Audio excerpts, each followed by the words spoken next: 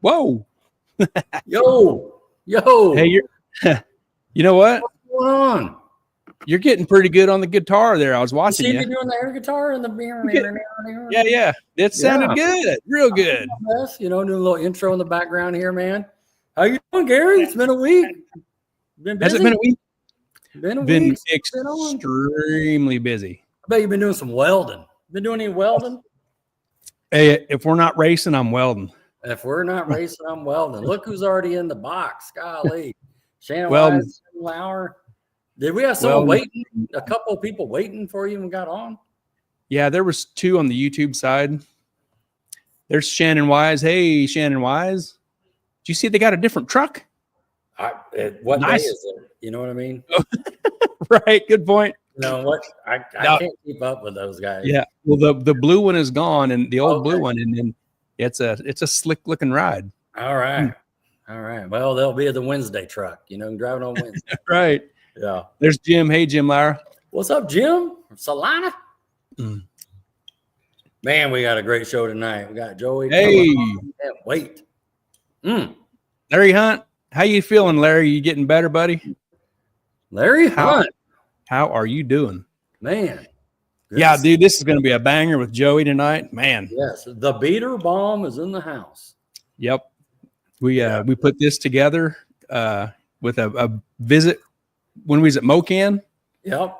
And he was on board, and the time for everybody worked out real good. Yeah, it did. Going to have some fun. There's Larry. He's just getting better, man. That's good. Good. Every day. A little better every day. There's Troy. What's up, Troy? Hopefully, Troy. Man, I've been thinking about Troy. Thinking about texting him, but I know we'll find out sooner or later. But hopefully he has plans to go to Titans next month. Yes. Let's hope so. We got to go down to Tulsa. Yep. Well, we've already got rooms locked in, don't we? Yeah, we're locked. We're locked in. We're ready to go.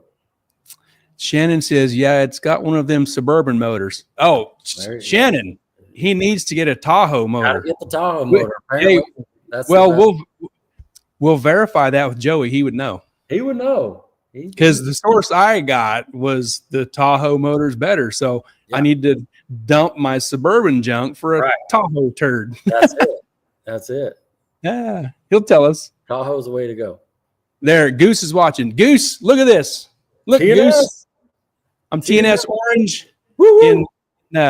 in celebration and support of the giant leap they made in the personal best department at a no time race. But you know what I mean? Hey, whoa! You just brought up a point. Did that pass even happen? You'd have to ask Goose. There was no time. How do they know how fast they went? We used to count Mississippi's. I don't know. I'm just joking around. Oh, awesome. Congratulations, man. Getting the O's. Yeah.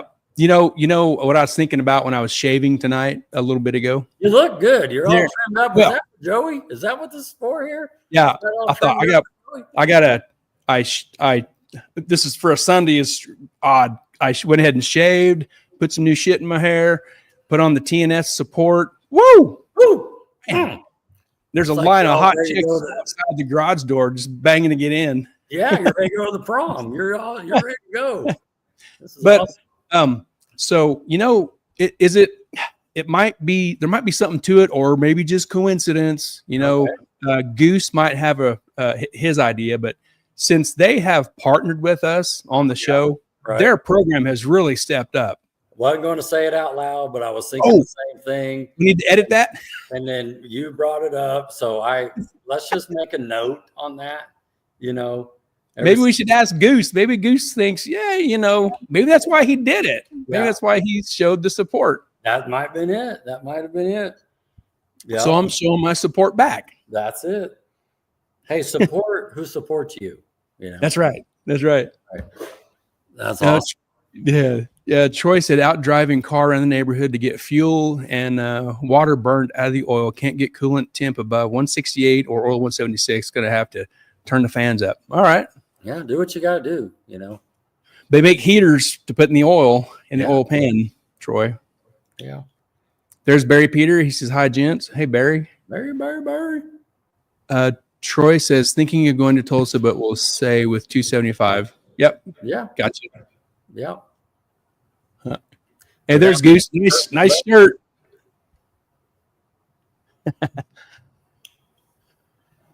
There's the Goose again. We are so proud of Adam and the team. Goose is still doing cartwheels. Yeah. Get some video of that.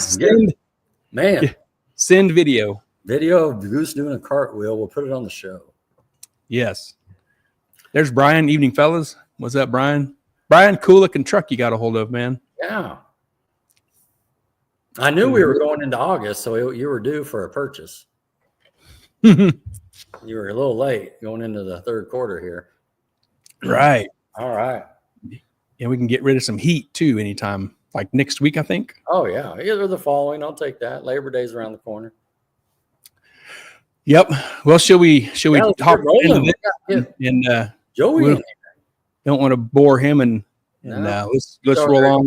He's over here eating a sandwich with one hand, and he's tuning on someone's car with the other. Right. Yes. Yes. You remember last week you mentioned PRI. You're like, man, it's August, and we're already thinking about PRI. I'm ready. Me too. I got this in the email the other day. Woo! I'm ready. I'm ready. PRI. Exhibitor registration for the PRI show. Yep. That's going to come fast. Confirmation. I'm ready to rock. Right Chris sent that over, and we're good. We're locked in. Have a good time, you and Chris. Walk around. Gavin, for him, please. He's invited you. What, 10 times now? Have you sold anything for him? Maybe. I don't know. You'd have to ask him. You'd have to ask him. Come on.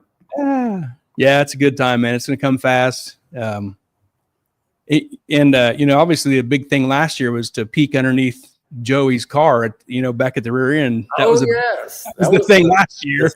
I seen him post. I didn't participate. Did you participate? I did not get in. I got in line, but the line was so long, I got out of line. I had to use the bathroom. He was everybody looking underneath that car, checking it out. Apparently, trying to figure it out. Under there, you know what I mean? He was in the what was that? Golly, I'm drawing a blank. Comp Turbo. I'm drawing a blank. It was. Yeah, we'll have to ask him about that here in a minute. But yeah, I saw that. It was pretty cool.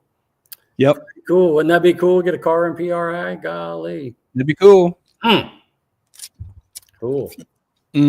Next, we got some of this. This is something in the back seat of your truck. What is that? That's top secret stuff right there. Okay. Got it in the mail. Been doing some research. Been talking to some racers, and reached out to one of our local boys, right? Joey Garageville. Joseph, said that wrong. But we're going to do some tech talk next week. We'll bring on someone to help us talk through this. And so there's 2 of them. So that's interesting. There's 2 of them. Yeah. Just twin turbos, I guess. That's it. You got me. You got me. Oh. Yeah. So that'll work. Come back next week and talk about I think there's 2 fuel tech computers in those wrapped up there. Yeah. Well, I'm Holly Tech. That's what I like, Or maybe there's one Hall Tech and one Fuel Tech. That's what it is. Yeah. Yeah, that's what it is. And we put both of them in the car, right? And see which one makes it run better. That's it. That's all. I see Tim Webb watching. Tim Webb? What in the world? What in the world? On that picture. That's a good showing right there. Wonder what that is. We have to wait and see. Aspiring minds want to know. Yep. Moving. Here's a comment. What's going on? Jesse says, "Cast the Firebird system." Yeah. That's my ticket for the Firebird right now. Compressed air supercharging. That's it. That's funny. We'll have to ask Joey about that. See what his thoughts are. Yes, his thoughts and ideas. Exactly. Good idea. Next, there was some testing at MAD. I think this was Friday night. Chris Paget posted this with John Ketch and Kyle Booker. He said it happened, which you see the 497 on the board there in this awesomely staged photo op for John. So proud of this guy and happy for him. And props again to Gary Harper for the hospitality and awesome track at Mid-America Dragway. It's been a struggle here lately with this car, but I think we got it on point and headed in the right direction. Happy to be a part of this team. And there's John Ketch and his really cool Camaro parked up by the scoreboard with a 497. Good job, John. Awesome. Congratulations, John. That is just awesome, man. Be able to go do a private test session, get the number you want. They got to be feeling great. Yep. Those little milestones are awesome. Yeah. Absolutely. Couple comments. There's Tim. Hello, guys. Been a minute. Hey, Tim. Yeah.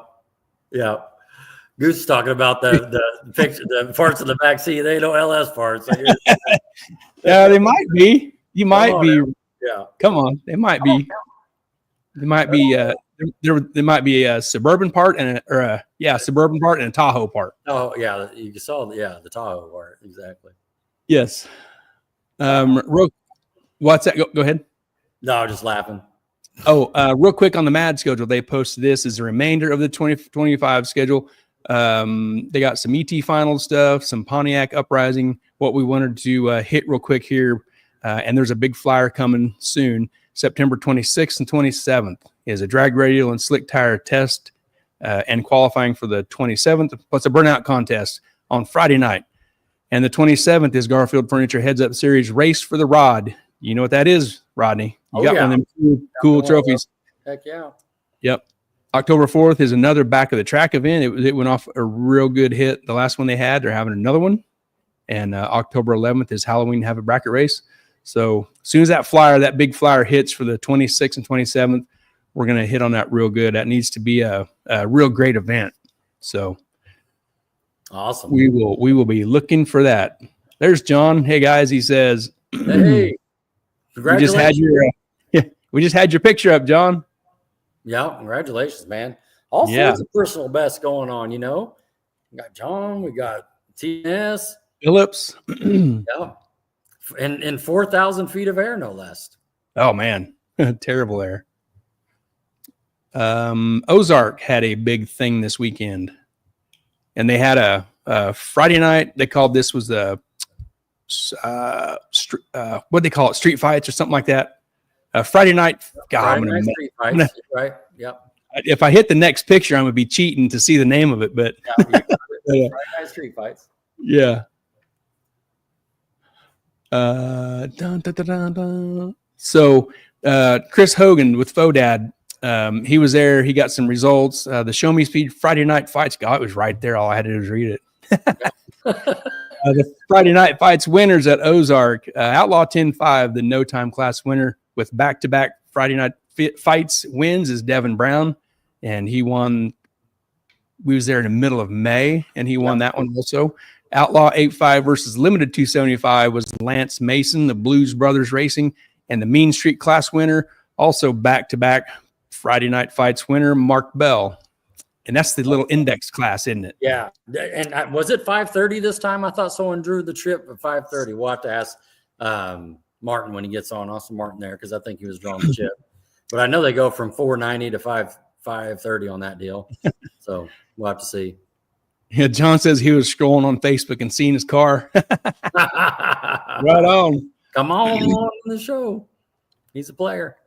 Boosted Designs and Media says October 4th, King of the Concrete, George Ray's drag strip, Paragould, Arkansas. Love to see you all there. Oh, cool. Yeah. That's awesome. Never been there.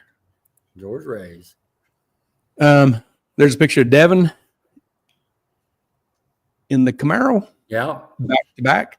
Back-to-back. And Lance Mason, they stuffs this car in the winner's circle. And Mark Bell. Yeah. Back-to-back. Yeah. Awesome.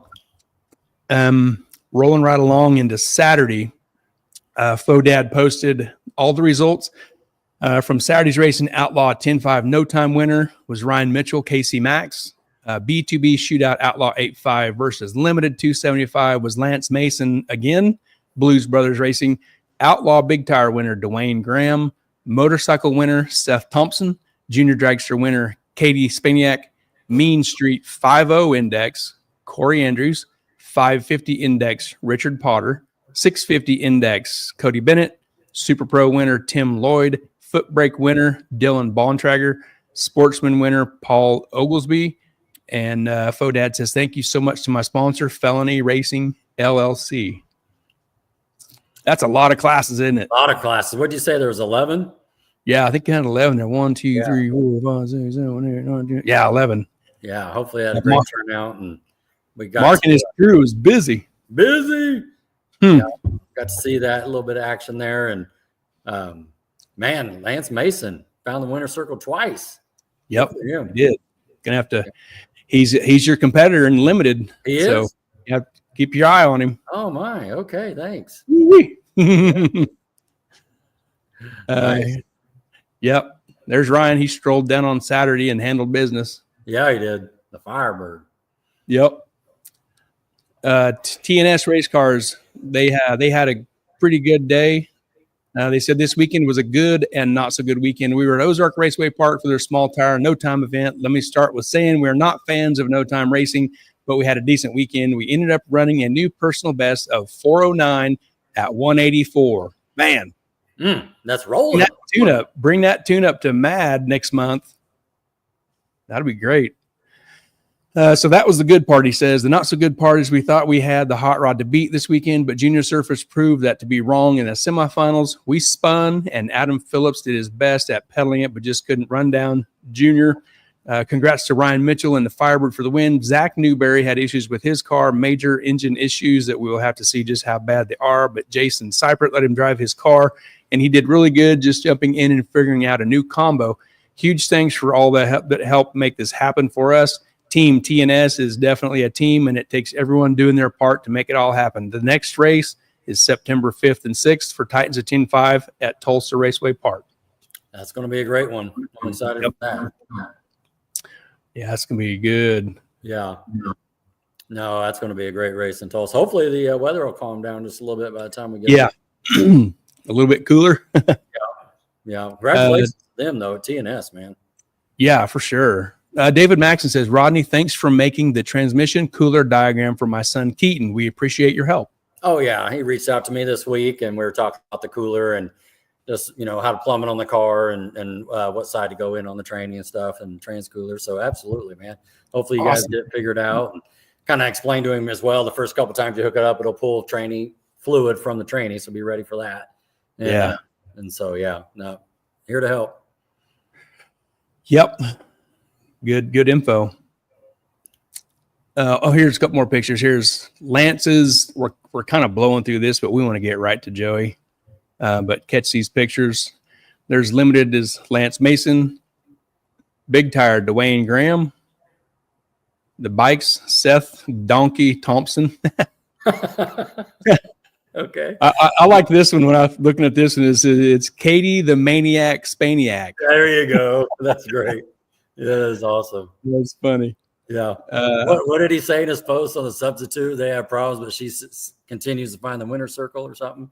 Yeah. Mean Street Corey Andrews. Nice. 550 index Richard Potter. 650 index Cody Bennett. We've had a picture of him in the winner's circle before. Yeah. Super Pro Tim Lloyd. Foot brake Dylan Bontrager. And sportsman Paul Oglesby. Cool.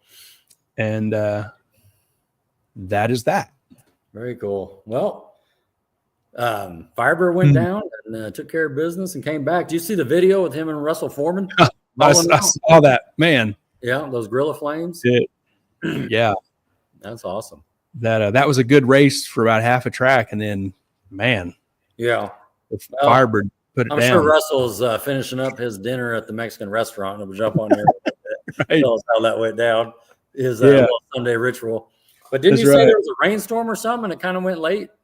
Yeah, somebody said there was a little rain that popped up out of nowhere, and they got through that, and they got her finished. Heck yeah.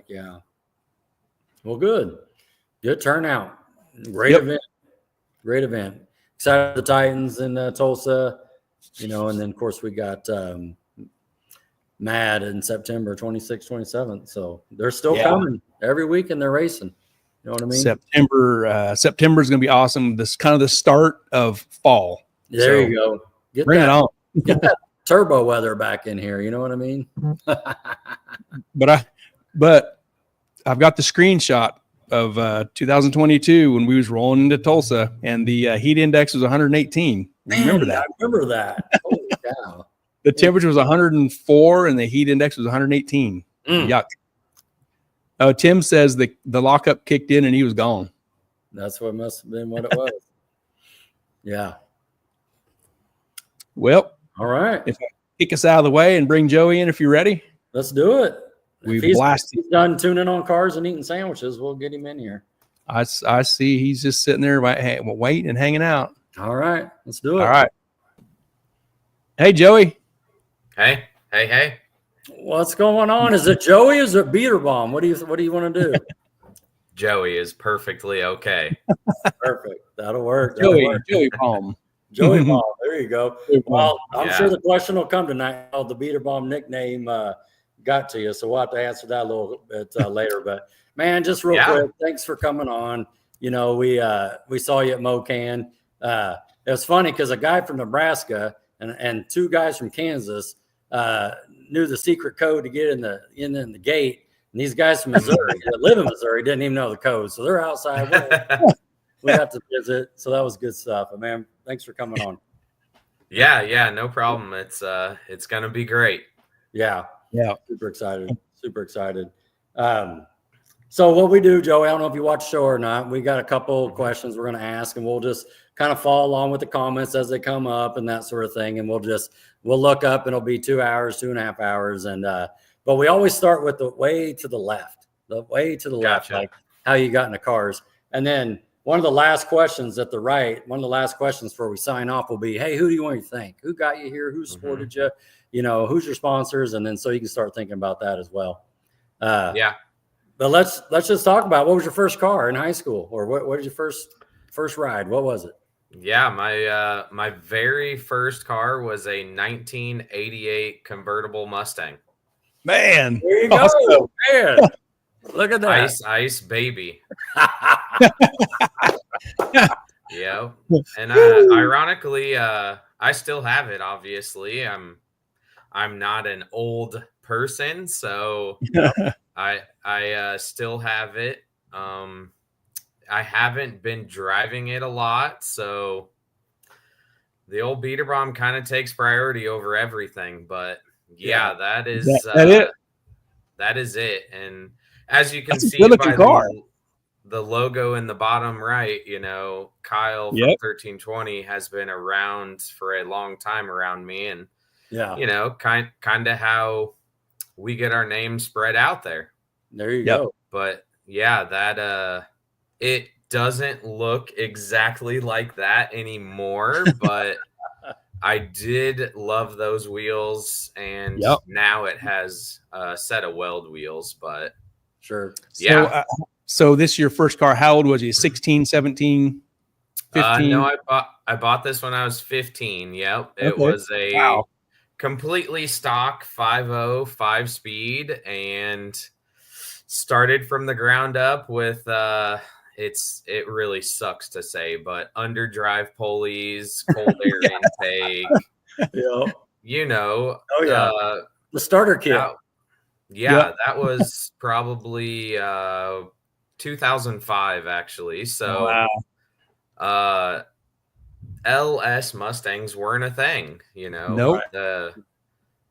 Not technology isn't what it was today. Every year it evolves, and that headers, underdrive pulleys, Flowmaster. Yeah. I mean, was it an automatic or a stick car? 5-speed. No, it was a stick 5-speed. Okay. Yep. Yeah, if you were big time, you got a rear gear, you know. Yeah. I was a young kid, so I had to do stuff that I could easily do in the driveway. And I'm not gonna lie, headers, underdrive pulleys, that was kind of some difficult stuff. Now we look at that nowadays and we're like, wow, that could be a 5-minute job. Right. But it wasn't really. That's funny. So what got you in that sort of thing? Did you have any like uncles, brothers, dad, you know, kind of got you in the cars, or just buddies? No, honestly, no one in my family raced. My dad had very unique cars. He One of the cars that we'll talk about later, he had one of those which is called a Sunbeam Tiger. Yep. And he had a lot of unique cars like a Bradley. I don't know if you've ever heard of a Volkswagen Bradley. Huh. And he didn't really race them. He just had some crazy, unique cars, nothing expensive or nothing. And growing up, I used to race go-karts. So I just loved anything with engines. I mean, I used to mow the yard just to get the smell of the exhaust or gas, and it's just one of those things I think you're just born into that you just like. Yeah. Hey, when you were 15 and you were car shopping, were you pursuing a Mustang, or was you just kind of open to, okay, you had your eyes on a Mustang? Absolutely. Yeah, just a Fox body Mustang 5.0 5-speed. Was it like the magazines or the internet that turned you on to those? What drew you to it? Yeah. I definitely was subscribed to the 5.0 Mustangs and Fast Fords or whatever it was back then. And yeah, you're either a Chevy guy or a Ford guy, right? Right. I mean, and yeah, so I just loved them and had to buy one. And now awesome. look, everybody's got one. They're all over. Yeah. I don't have one. Look, it's not here. I don't have one. Yeah. Oh man. So take us through that. Did you kind of street race this a little bit up there in Nebraska and that sort of thing? Oh yeah. First chance I got, I obviously got it when I was 15, but I turned 16 very close after that. And yeah, went out street racing. I had obviously hung around the other local guys that street raced prior to getting a car. So we knew where the spots were and stuff like that. And as you see in this picture, it evolved to a turbo setup. Mm-hmm. This was the second setup. I actually had a Vortec blower on there before, and it just didn't really make a whole lot of power. This setup here made about 700, which honestly is quite a bit. It was a Dart Block 347, and heck yeah. this was about as far as this Ford combination went, but it was a blast. I mean, it was plenty to terrorize the streets. Back then we had forums instead of Facebook or anything like that. And my name on there, they had me was King of the Streets because, I mean, you devoted your time into trying to be faster than everybody. And I was that guy. Yeah. No, did this combo have, any aftermarket supporting like an Anderson PMS or Felpro, that stuff? The Vortec setup did have the FMU to the fuel management unit, they called it, to raise fuel pressure. But this one was Mega Squirt controlled for the ECU. So, are you still running a clutch at this time, or did you switch it over? No, this was still a stick shift. I had to upgrade the transmission, obviously, a few times, but this was a TKO transmission at this time. And I tried an auto AOD once, and it didn't last very long. I was very inexperienced, and it just didn't last very long. So I went back to the 5-speed and stuff. Oh. But this Mega Squirt was where I started learning how to tune. Okay. And granted, technology back then with this Mega Squirt was not very good. So, but that is, you just tinker around and start learning stuff. So that this certain combination right here is where I did that. Very cool. Very cool. With doing a lot of street racing, did you make it to the racetrack anywhere? Oh yeah. So around my area in Nebraska, we growing up, there was a quarter-mile racetrack called Scribner, but Yep. unfortunately it closed in 2005, which was right when I was able to drive or get into racing, seriously. Well, me and my dad went to Scribner to go watch, but then also in 2005 is the racetrack local to me, I-29 Dragway. It was called Mid-America Motorplex back then, and it opened in 2005, ironically also. So I took all my stuff to there, and they the track manager, they didn't like guys like me. I mean, they're street racing punk kids that come to the racetrack, don't have any of the safety equipment needed and stuff like that. So they were actually who, eventually forced me to get an entry license and stuff like that. So, I mean, we've taken these to the racetrack, obviously. This this car actually, it was crazy. It started at like a 9.0 and then an 8.5 and an 8.0, and it's in its current form now. I think the best that I've gone is like a 570, but again, this car doesn't have all of the safety requirements needed and stuff like that. So it's not a race car. Sure. Yeah. It runs pretty good. That's right. Good, man. Yeah. The current combination in it is actually an old engine out of the beater bomb. I used to race a stock 4.8 liter LS, and that is what it has now. Okay. And turbo 400. So very cool. Huh. You see that question from Gary from Barry? Oh, yep. Oh, I lost. I had to click the right button here. Yeah, Barry Peter is asking, did Scott Clark help you with the Mega Squirt? Scott Clark definitely was living around my area for, a while. And yeah, he was a very knowledgeable person that you could lean on back in the day. Mm-hmm. Cool. So tell us about what you do. I know you do a little tuning on the side, but what's your day job like? What do you do for a living? Yeah, so my day job is I pick people up when they're down. I build elevators that, you ride on in your office building. Wow. So I've been doing that for since 2013 it would be. So 12 years or so. And I used to be a diesel mechanic at a Ford dealership before that. And that was my first career out of college. Okay. And I went to trade school for that right out of high school. And, I loved working on cars, obviously, but the drive to work on cars during the day and then work on your car at night, it just didn't work out. It wasn't fun. Mm-hmm. The dealership life, I feel like, is what killed it.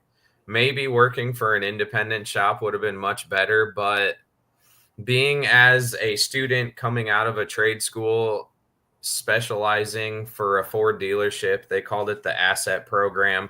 You had every credential needed from Ford going into after you graduated. So at a dealership, they require these credentials to work on warranty items.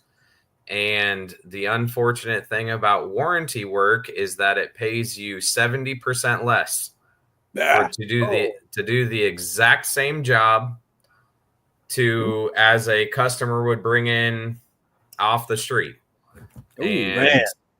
So I didn't feel like that was fair. And I greatly voiced my opinion for several years. And I was one of the lead techs for, even as young as I was, I did very well there. And I let them know, like, hey, you don't start compensating for this junk work, as I called it, that I'm going to figure something else out. And I used to take the cab off a truck nearly once a week, probably. I was pretty good at it. You know, diesel trucks, to do the majority of the work, you remove the cab and the engine's right there. It's super easy to do, and it made life much easier. You didn't have to bend over, and you know. So one day I had 2 cabs off 2 trucks, and in the background, I was applying for this elevator gig, and the deal with the elevator gig was you go through the interview process and you get put on a list based on, they basically scored you. Okay. And based on your credentials and your testing ability and an interview. So they scored you on a list, and when the elevator companies, because it's a union job, so when this group of elevator companies needs a worker, they call the union, they start at the top of the list, and all right, here's your guy, and so down. Well, when they get to your name, you literally have a 1 day, whether I'm going to do this or not do this, and then they move on to the next guy. Whoa. So when they call, it is either a yes or a no, and they move on to the next guy, and it sucks. You just went through this whole process for nothing. So basically, when they call, you quit your other job and you go do this job. And wow, that day had come, and you were ready. I couldn't have been happier. I told my boss, I said, hey, I'm quitting and I'm getting my tools out of here this morning. He goes, you're not going to put these trucks back together? I said, nope. Wow. So there you go. There you go. Up and left. So yeah, I mean, it's been great ever since. And the elevator gig is real nice. It's 410s. So I only work Monday through Thursday. Yep. And having a 3-day weekend every weekend is literally life-changing. I feel like I highly recommend it to anybody that has the ability to do it. Like, you just have so much free time to do stuff, whether like us, we like to go racing. So to prepare your car and be able to travel to go to those races on Friday makes it so much easier. So agree. I really like my job for sure. So you got this convertible here, and you're running, 850s with it, with no safety equipment apparently, and having a good time tearing up the streets. And at what point did you kind of lean into the next car? So it was around the time where I was going to travel to my college to do that trade school for the Ford Asset Program. It is in Milford, Nebraska. So it's a small town about 70 miles away from where I lived in Omaha. And obviously this car was my only car. And so I didn't want to drive this car back and forth from college. And so I needed to have another car. And that is where the beater bomb came to be. That is my very next car. No kidding. Next one. Yep. Bam, bam. Wow. That is awesome. So the beater bomb was found in my area. It was a 4-cylinder, 5-speed car that, again, I really liked Fox Body Mustangs. So I wanted to find another one to just cruise around in that obviously was not a souped up car by any means, loud, obnoxious, anything like that. So that is when I found the beater bomb for $1,000. That is awesome. How long did you drive it around with a little 4-banger before you started moving forward with it? It was probably 2 years. I had driven it through college. College was only a 2-year trade program. So I had driven it through that, and then ended up getting like a Ford Focus or something. Again, I really like Ford cars, even though the motors ain't the greatest. But I really, obviously, I worked at a Ford dealership. So knowing how to fix a Ford vehicle, you had access to all the wiring diagrams and all that. Parts were obviously at cost. So I really liked Ford. So I had a lot of Fords. You're going to come to find out. So I had a Ford Focus or a Ford Escort or something like that I ended up driving as a daily instead of what came to be known as the beater bomb. And so I don't remember what year it was around, but yeah, I mean, had one day we traveled down to KCIR when they were open to watch an import face-off race. And one of my buddies was into imports, so that's why I went down there and watched with them.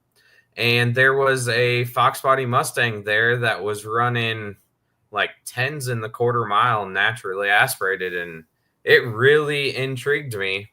And so we went over and looked at it, and it ended up being a stock LS. And I was like, wow, that is impressive.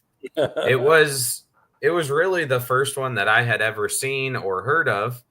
You know, again, the internet wasn't that big around that time frame, so there wasn't a lot of LS Mustangs out there. I mean, there wasn't any in my area, so it was one of those things, you know, you found a AJEK member with the swap mounts and started finding, you know, a motor at LKQ, which is a recycler around here. Yeah. And yeah, carbureted intake, carburetor, and there we go. Here we go. That was the first time I pushed it out of the garage.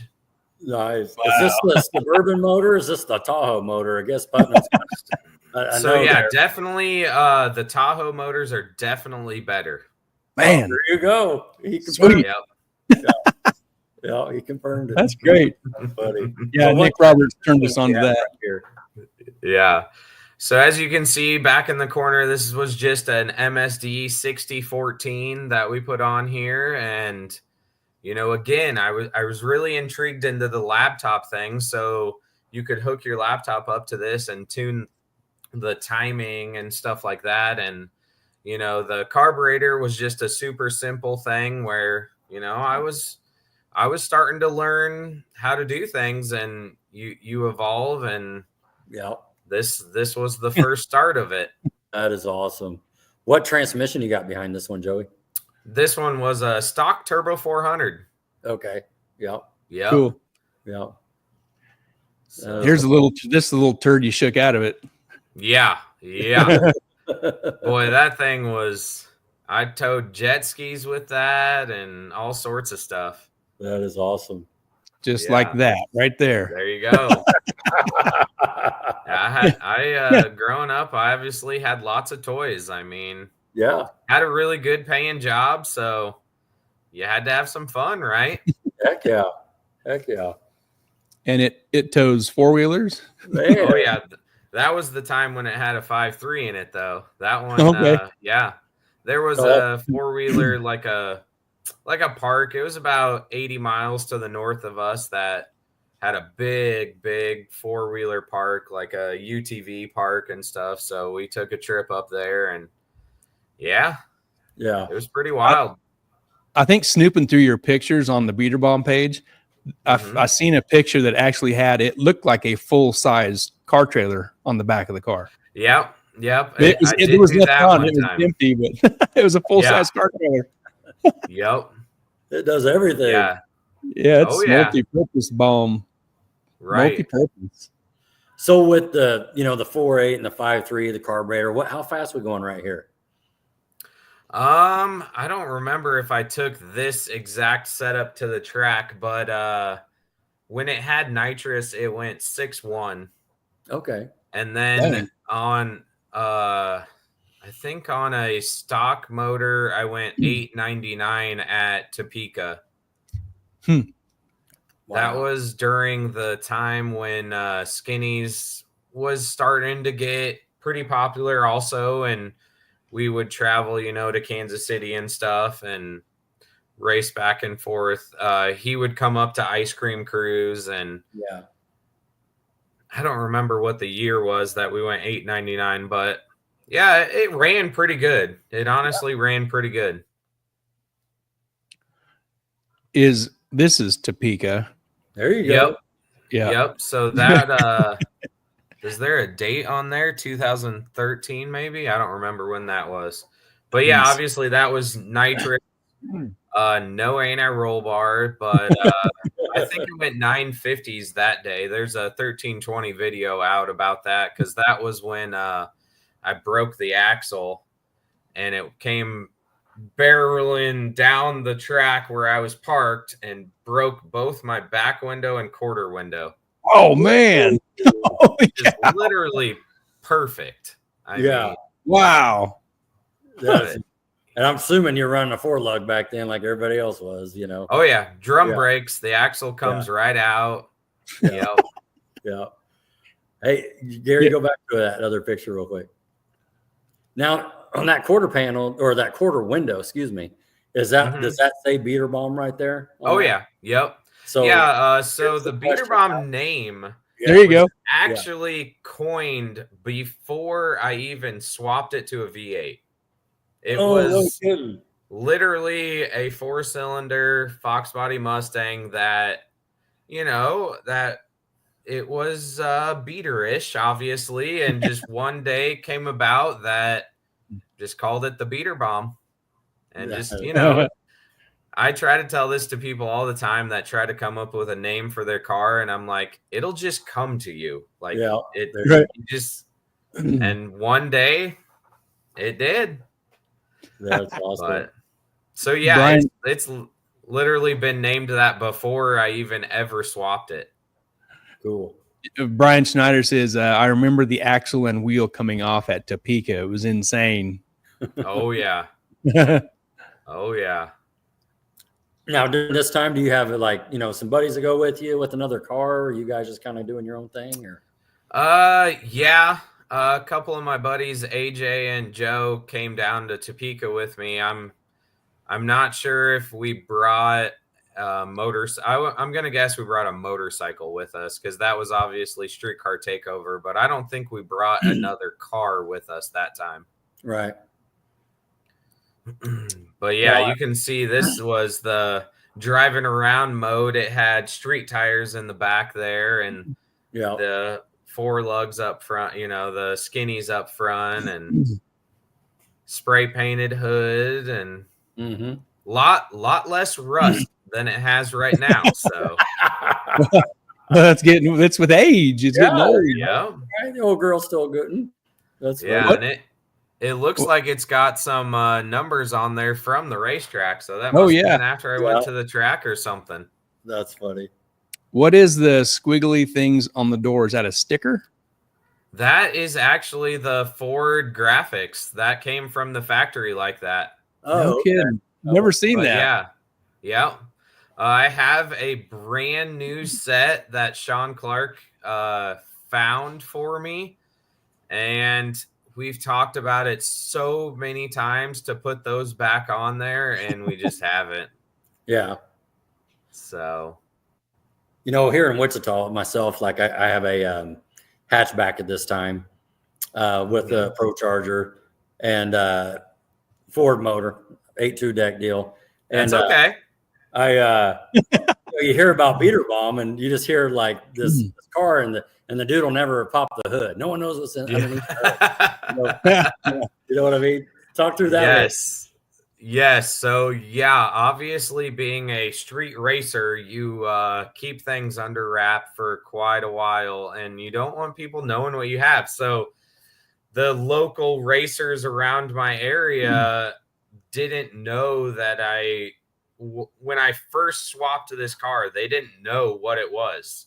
And we kept telling them that it was, a stock 302 or something like that, because there's no denying a stock LS motor is faster than a stock Ford motor. There's no denying that.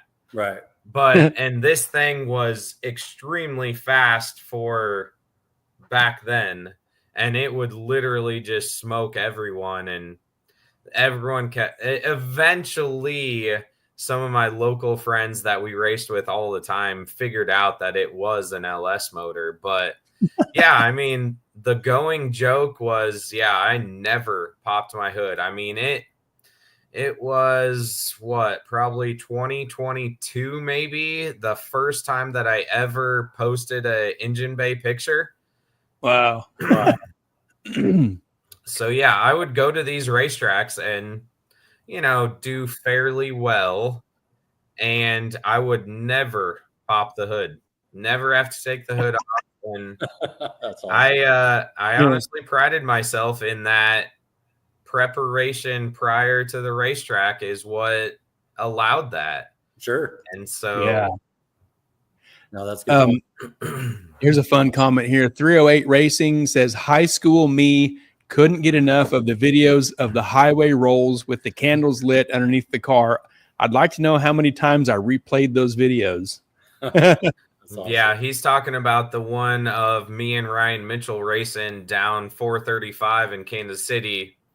And Kyle from 1320 was in Ryan's car, I believe, pointed over at me, and the mufflers and exhaust, there was literally 4-foot flames coming out underneath it. And we were rolling. Man. Yeah. So so Kyle with 1320, isn't he from around your area? Yep. Okay. He used to, I've moved outside of town now, but he used to live within a mile from me. So yeah. Wow. We have grown up. I have grown up. Kyle's a little older than me, so I have grown up knowing him for a very long time. Yeah, and he is a super cool guy to have around. And, you know, I credit some of my exposure to him. You know, there's no doubt about it that I feel like he has helped me grow, and I, you know, cars around our area have helped him grow too. Absolutely. So I think it's a mutual thing that, you know, he has done extremely well helping a lot of local cars for sure. That's awesome. When you were racing, you know, talking about that, is that when, I'm sure you had the turbo and that sort of thing? When did you go from nitrous to turbo on your LS? I believe it was around the 2013-14 range. I had actually lost a fuel pump on the nitrous setup and melted a hole in the piston. Mm-hmm. And I was like, you know what? We got to make a change. I want to get faster. You know, nitrous is pretty hard, especially with a small cubic inch motor such as a 5.3. Like at the time, I think I was spraying around a 400 shot, which nowadays probably doesn't sound like a lot. But again, you have to take in mind, like, this was back when I'm a young, dumb kid that is just learning as I go. And it was hard on stuff. Nitrous is hard on stuff. So yeah, I believe it was around the 2013, maybe 12 time range. And I decided to get a turbo. I had been coming back and forth to Kansas City quite a bit.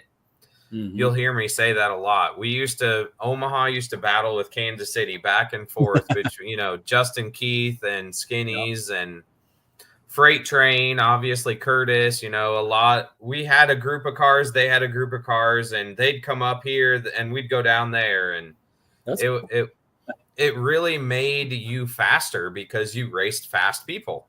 Yep. And so the turbo thing came about when I had met Brad Vasco on one of them Kansas City trips at Streetcar Takeover. And, you know, we got to talking and really, you know, got to collaborating together. And I called him up one day and I was like, hey, Brad, do you want to help me do a turbo kit? And he's like, oh, hell yeah. And so gathered up the parts and bought a turbo from John Bewley and headed on down, and that was when the turbo thing started. That is awesome. What were you using for fuel management on that back then? Mega Squirt. Okay, still, yeah. Okay. Still. Yeah. So after the nitrous was with the 6014 MSD box the whole time. Okay. And then when I went to the turbo setup is when I put on a Mega Squirt. It was honestly called a gold box, so it wasn't a Mega Squirt product. I believe it was EFI Sources product, but still Mega Squirt software. So, yeah. That was just because that's what I was familiar with from the other drop top, as I call it, the convertible Mustang. Yeah. So did you ever play with fast or big stuff or anything like that? No. Really? Wow. And those were pretty big back in the day, I will say. A couple of the other very fast cars or track cars around my area ran those, and the older guys, but I never got into those. Right on. If you go back to the picture of me on the dyno in the drop top, do you have that one pulled up? Yep. Right there. So that guy, Tom, in the passenger seat, as you see, this is on the dyno. Yeah. Tom in the passenger seat, he is who taught me how to tune. This is me tuning my own car using his dyno. And this was, again, when I had switched and stuff. And so, yeah, this is where I also learned how to, with some guidance to get better and better. Heck yeah. So man, you look young there. How old are you? I was gonna say I'm probably 17, 18, I don't know, 19 maybe. Wow, that is just awesome, man. Yeah. Who's in the background in the gray shirt?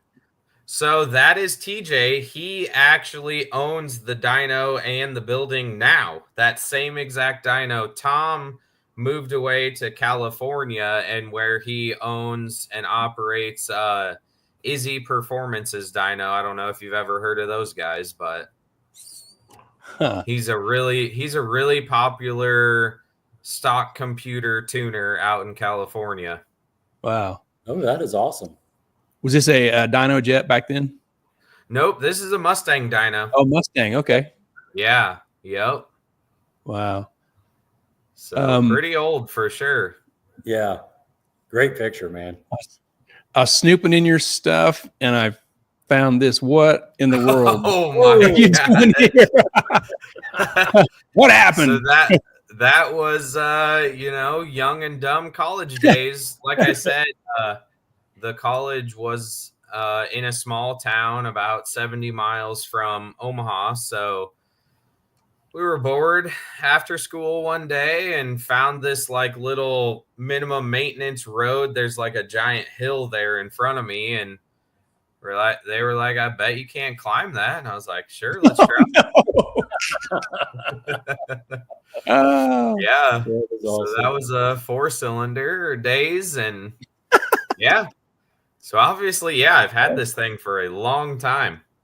Right. That is not that's nowhere near the story I thought was coming with this. Nope. I thought this was going to be the back end of a track somewhere, but I was looking at the back wheel. It's the stock Hurricane, and I'm like, well, if you're at the racetrack, you must be like on just a stock junk radial, and you lost the brakes. Something happened to the brakes, and you drove it off the end. Not even close. Nope. That's funny. Oh man. Double dog. That corner right there where the quarter panel, the quarter glass, you can barely see any rust in that picture. And now it's about this big. It gives a character. Yeah. He's just losing a little weight. That's all it is. Right. Yeah. So with the LS turbo deal kind of in its prime, back then, you want to tell us how fast you went with that, or you want to give that out? 480s, 490s back then. It was, I went through a year span where I feel like I was a big guinea pig for a lot of companies, but that's okay. And during a time frame, I had blown up 3 427s that I had because Dart Block had come out with a new block, and the crank sensor, the stock crank sensor location, the pad that you bolt the crank sensor to was about 100 thousandths too far out. And so the air gap of your crank sensor was hold on, let me turn this off, vibrate, was too big, and it would lose crank signal. Well, the way the Mega Squirt dealt with a crank loss is that it obviously turned off the ignition when it lost RPM, but as soon as it regained RPM, it turned ignition back on and it exploded. Oh, And I had broken 3 blocks down the side just randomly. And now, granted, I am actively trying to fix this situation as it goes, but it was a really rough time. I mean, that a dart block is not cheap. Machine work is not cheap. It would break. It would break about 4 rods at the exact same time, just instantly kaboom, and it would. So no, the LS thing was fun. Went 480s, 490s back then, and I wasn't able to like progress with it at that time because of the issues I was having. It was only until I had switched to a Holly, and the way the Holly deals with crank loss is that when it loses RPM, it shuts off. And then it does, even though it would regain signal, it would keep the motor off until a specific RPM and then restart it. So that gave the engine time to pump out all the excess fuel. Right. And when it restarted, it wouldn't explode. So then I was able to figure out what was going on instead of blowing up the engine every time. And then, but then at that time, you know, I was on a stock 5.3, and you obviously can't go very fast with that. So, you know, I pursued more street style racing with that setup more than track side racing.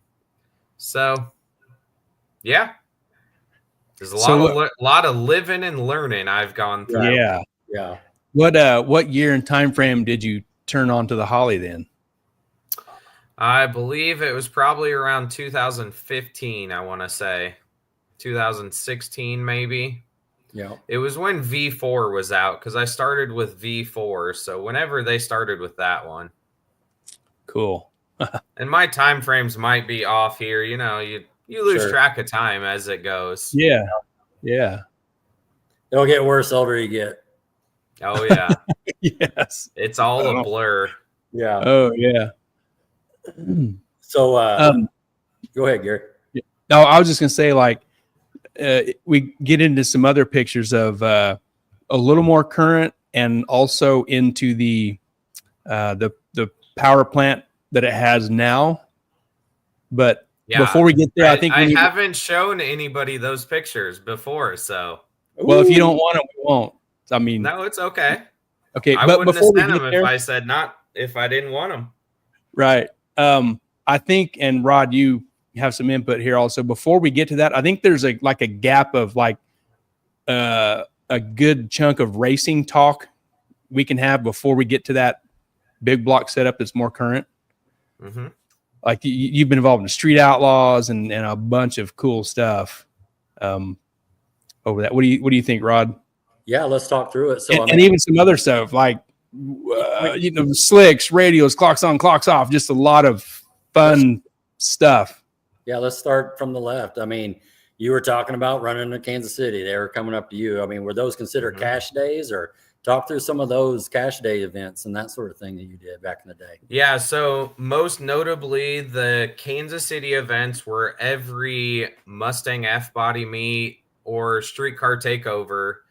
That, you know, they had huge events, and those ones were the big ones that we would come down to.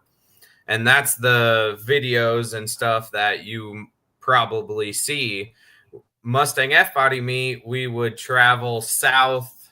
I don't even know what the town was called, but you would race all the way to this rest stop that we would stop at, and then at the rest stop you would hang out and organize races, and you would go out on the highway from the rest stop and race everybody. So that is when we'd come to Kansas City. However, when everybody would come up north is when we had the cash days for ice cream cruise, which obviously you guys have heard of. That is current in this day now. That's a big deal. We don't have the cash days anymore, but the cash days, Kyle from 1320 and I would organize and set up.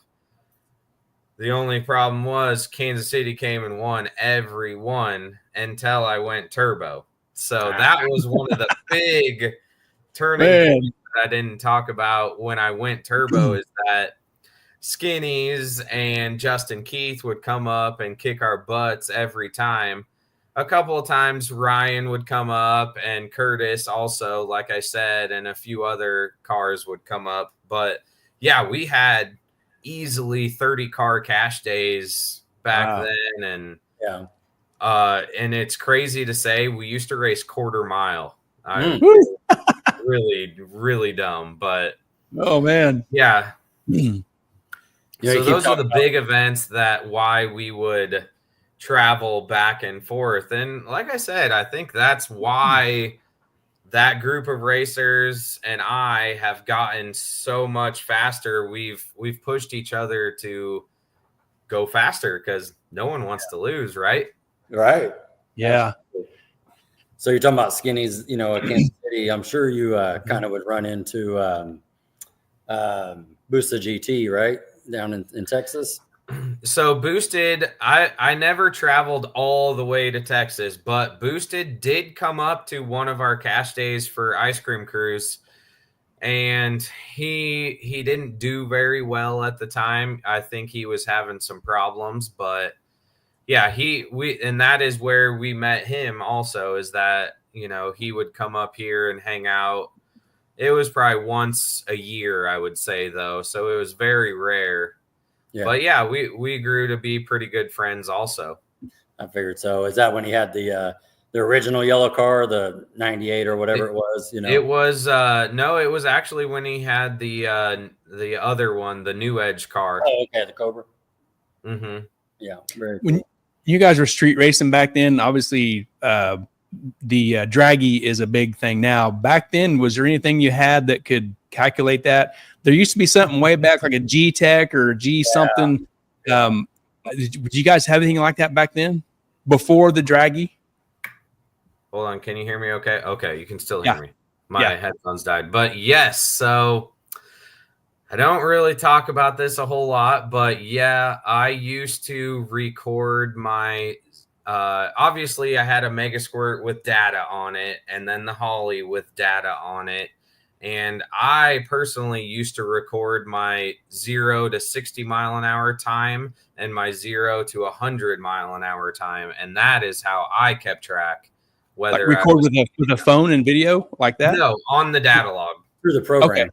Okay. Yeah, gotcha. Through the program on the data log. It wasn't an external thing because I didn't have a G-Tech. I have heard of those also. Yeah, way back. Yeah. And the draggy thing was brand new, like you said, and I didn't have one at the time. Shoot, I can't remember when we got those, but yeah, I mean, it was a game changer. I'm not gonna lie. Oh yeah. I mean, it was. Whoever invented the draggy made all the money. I mean, that's a good my gosh. Yeah, that is awesome. Yeah, and I mean, to this day, I mean, I've had to reload it on my phone a few times because I've got a different phone, but I think I have about 1,500 runs saved on mine. So. Yeah. Oh man, it's a useful tool. I honestly use it at every racetrack, every pass I make. I use it to count my runs of the year, basically on my rods and stuff like that. So I use it a lot. I mean, it's just a muscle memory to use it every time. So here, let's talk about a day here. I'm out there at the airport and I see this little Mustang roll out with this big old bar extension coming out the back. And I'm like, what is going on there? I'll get the pictures ready. Yeah. Oh yeah. Talk about that. Yeah. Butt hurt bar. Yeah, it that was obviously when I had the big block and I was struggling with weight bias, not gonna lie. The bit we were talking about Tahoe motors, boat motors are where it's at. That's the real truth. So yeah, a boat motor big block is super heavy, obviously. And I had done some testing putting roughly 800 pounds in the trunk. Wow. And it was to the point where I felt like it wasn't safe. I mean, for real, that's an ungodly amount of weight. Now, granted, did it hook okay? It honestly didn't hook as good as 800 pounds should have.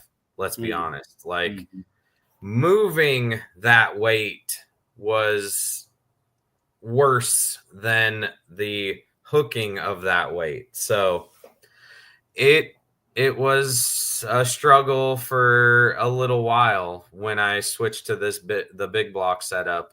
And I'm a very smart person when it comes to math. Math was my best subject, and I had thought this contraption up just standing in the garage staring away. There's sometimes you just go out in the garage and just stare away at the stuff you have and are just happy with what you got, and you're just trying to think how you can do better.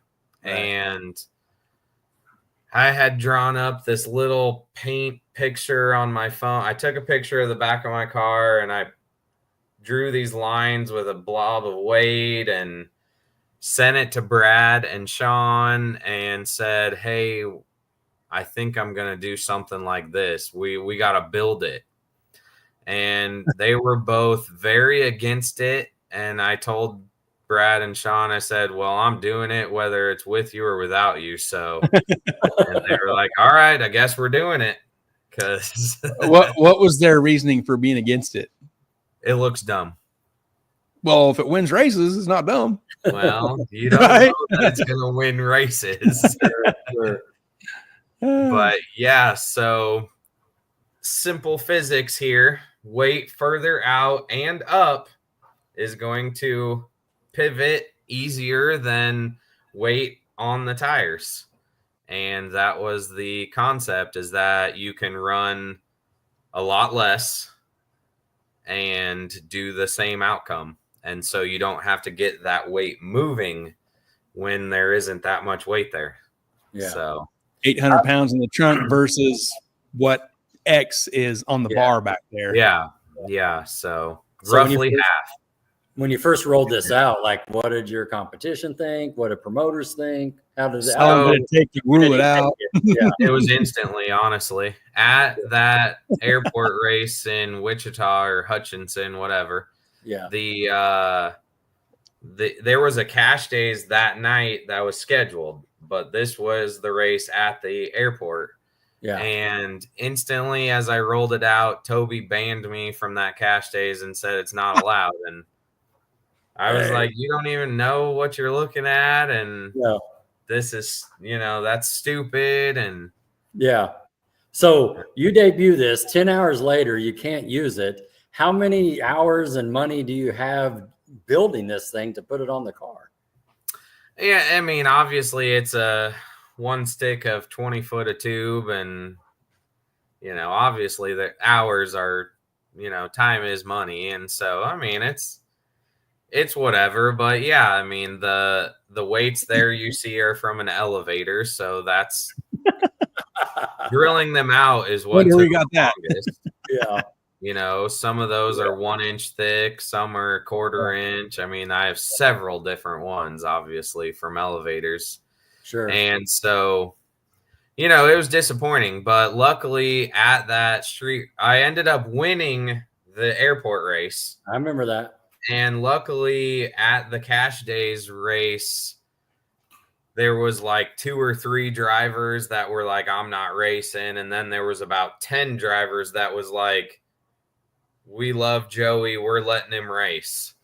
So it's either you got 3 drivers that are racing your Cash Days or you got 20 over here, and so they let it in. I didn't end up winning, obviously, because this was brand new, didn't have a lot of data. The road that we went to was super terrible. And sure, obviously this would have helped me, but I just didn't have enough data to know, like, put this much weight on there. And, sure. You gather data as you go from your preliminary testing and stuff. So take me through that first, you're in the right lane at the airport, which I've seen the famous video. I was there. Oh, yeah. And, I mean, you do it, I don't know, 500, 550 feet. That thing is just extended, and you're barely touching the tires. Yeah, so one thing that nobody really came to realize is that I also had air shocks on the front there. And that is what pushed the nose up. So during wintertime, this iteration of the beater bomb, I did the butthurt bar. I had flipped my caster camber plates upside down and built custom spacers to space it down even further. And so that's how you see why it can have that much travel there. And behind the shock is white colored, as you can see in that picture. Behind that shock, you see another long black strut there. Yeah. And that's the air shock that helped lift the front end up even higher as you go down the racetrack. So wow. Man, luckily in this scenario, Ryan jumped and I wheelied some, huge wheelie the whole track. The problem was, obviously I had a laser sensor at this time. The problem was the surface at the airstrip here caused a bad reflection and wigged out the laser sensor. So it flatlined and didn't pull timing when it wheelied. So it was a bad luck cause of events, but I got lucky because Ryan jumped. Because the other unfortunate thing that happened here is it wheelied so high that the bottom of the butthurt bar hit. So then they considered it a wheelie bar, and there it you go. was. Hence the photo. It says when a bar makes you wheelie, but isn't a wheelie bar. Yeah. So. It was a pretty funny time of life, and I haven't used the butthurt bar in a long time, except when I raced in Florida earlier this year, and then obviously later this year I will once again. But there was probably a 2-year span. I don't street race anymore, so I don't use it at all. But during this year, I did use it a lot and was extremely successful with it. And, it really got your name out there. I mean, it took you from here to here because literally everybody was talking about it. So, yeah, that's true. Well, doesn't it also, some of the rules you see now, don't some of them also include no butthurt bar? Yeah. You caused a new sentence on the rules. It just makes you laugh, and it's like, oh man. My gosh. Yeah. But I mean, I will say I see every angle of everyone's side of the story. It's not safe. It could go through somebody's windshield, and I hear you. I see what you're saying, and okay, I don't know what to say. That's it. Yeah. So we just thought about that. Had to bring that up. There's another time Gary and I were at a track that we saw you do something on a test that we're going to talk about in a minute. But let's go to the Street Outlaw thing. Let's talk about your Street Outlaw success. So when was the first time you were on Street Outlaws? So I've actually been on Street Outlaws 3 or 4 times, but I've only raced on Street Outlaws 1 time. Okay. The first time I was on Street Outlaws was when they actually came to Kansas City and raced. We were allowed a group of cars from Nebraska to come down to race with Kansas City versus the 405. The unfortunate time was that was when I was during the time frame of breaking all those blocks. So we had brought one of my other friends' cars down, and we were able to hang out and be on the show and watch that. And I'm telling you what, it's different watching it in person. I bet. It's insanely different how fast the 405 cars were. I mean, they were literally at the top of their game. That is what they did. Those are the roads they raced on. I mean, looking back at it, there was a lot of drama about how they tested on the road ahead of time and stuff like that. Yep. And, I don't think that was the case now that I'm older and more experienced. Like, there wasn't any marks on the road ahead of time. So, that maybe they did, but overall, those guys were really smart, and it was a really cool time to be alive. Obviously, that was the hottest drag racing show on the planet. And had the the show started in June of 2013. Had a considerable amount of time went by as the show had been on TV before you had got involved. Yeah, because they didn't go travel and race anybody else till they got bored of racing their own people. Yeah, so the list. They had the list race, and it was quite a few years, probably 4 or 5 years since they started to travel around and race different cities. So my follow-up with that is it started in June of 13. You're in your racing program, street racing stuff somewhere. Did you watch it on TV and did you like it? Or did you not? Oh, yeah. Same with us. Oh, yeah. I would leave the garage to go in Monday, Tuesday, whatever. And we thought that would never end. Oh, yeah. It was good. So good.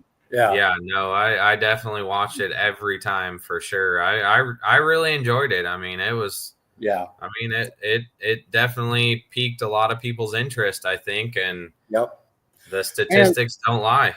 My mom's 60 years old watching Street Outlaw. She had her favorite, people like Marty, my buddy Marty back here, it helped his business be successful, just like all these other automotive, vendors and that sort of thing. The show you're talking about, the episode you're talking about right here, is that the one where I think it was Home Wrecker or somebody else came down? Yep. I remember that episode. Yeah. Yeah. I don't remember what the road was they raced on. It was in some industrial park, but I think Boosted was there. I think Boosted raced Skinnies actually. Yeah. And it was raining when they ended up.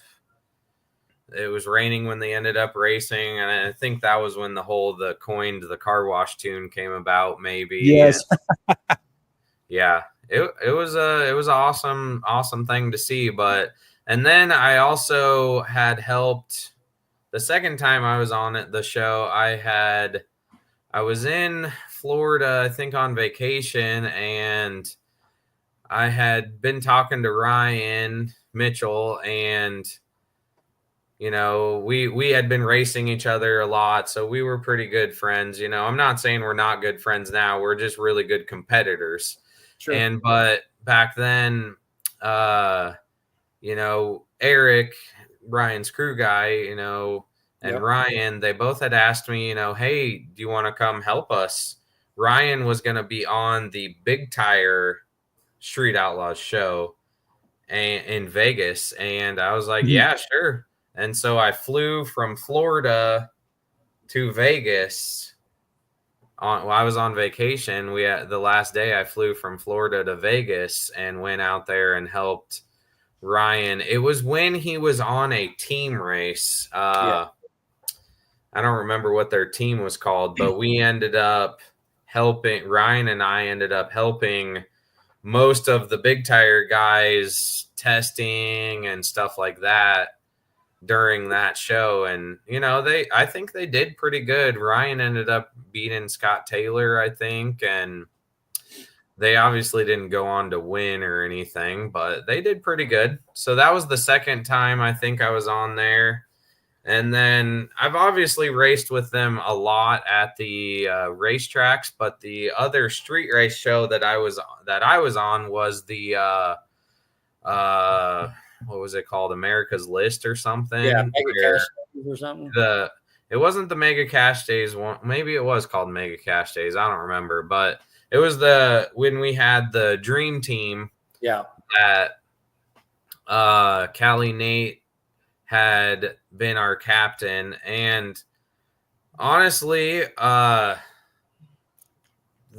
and I were going to be the captains.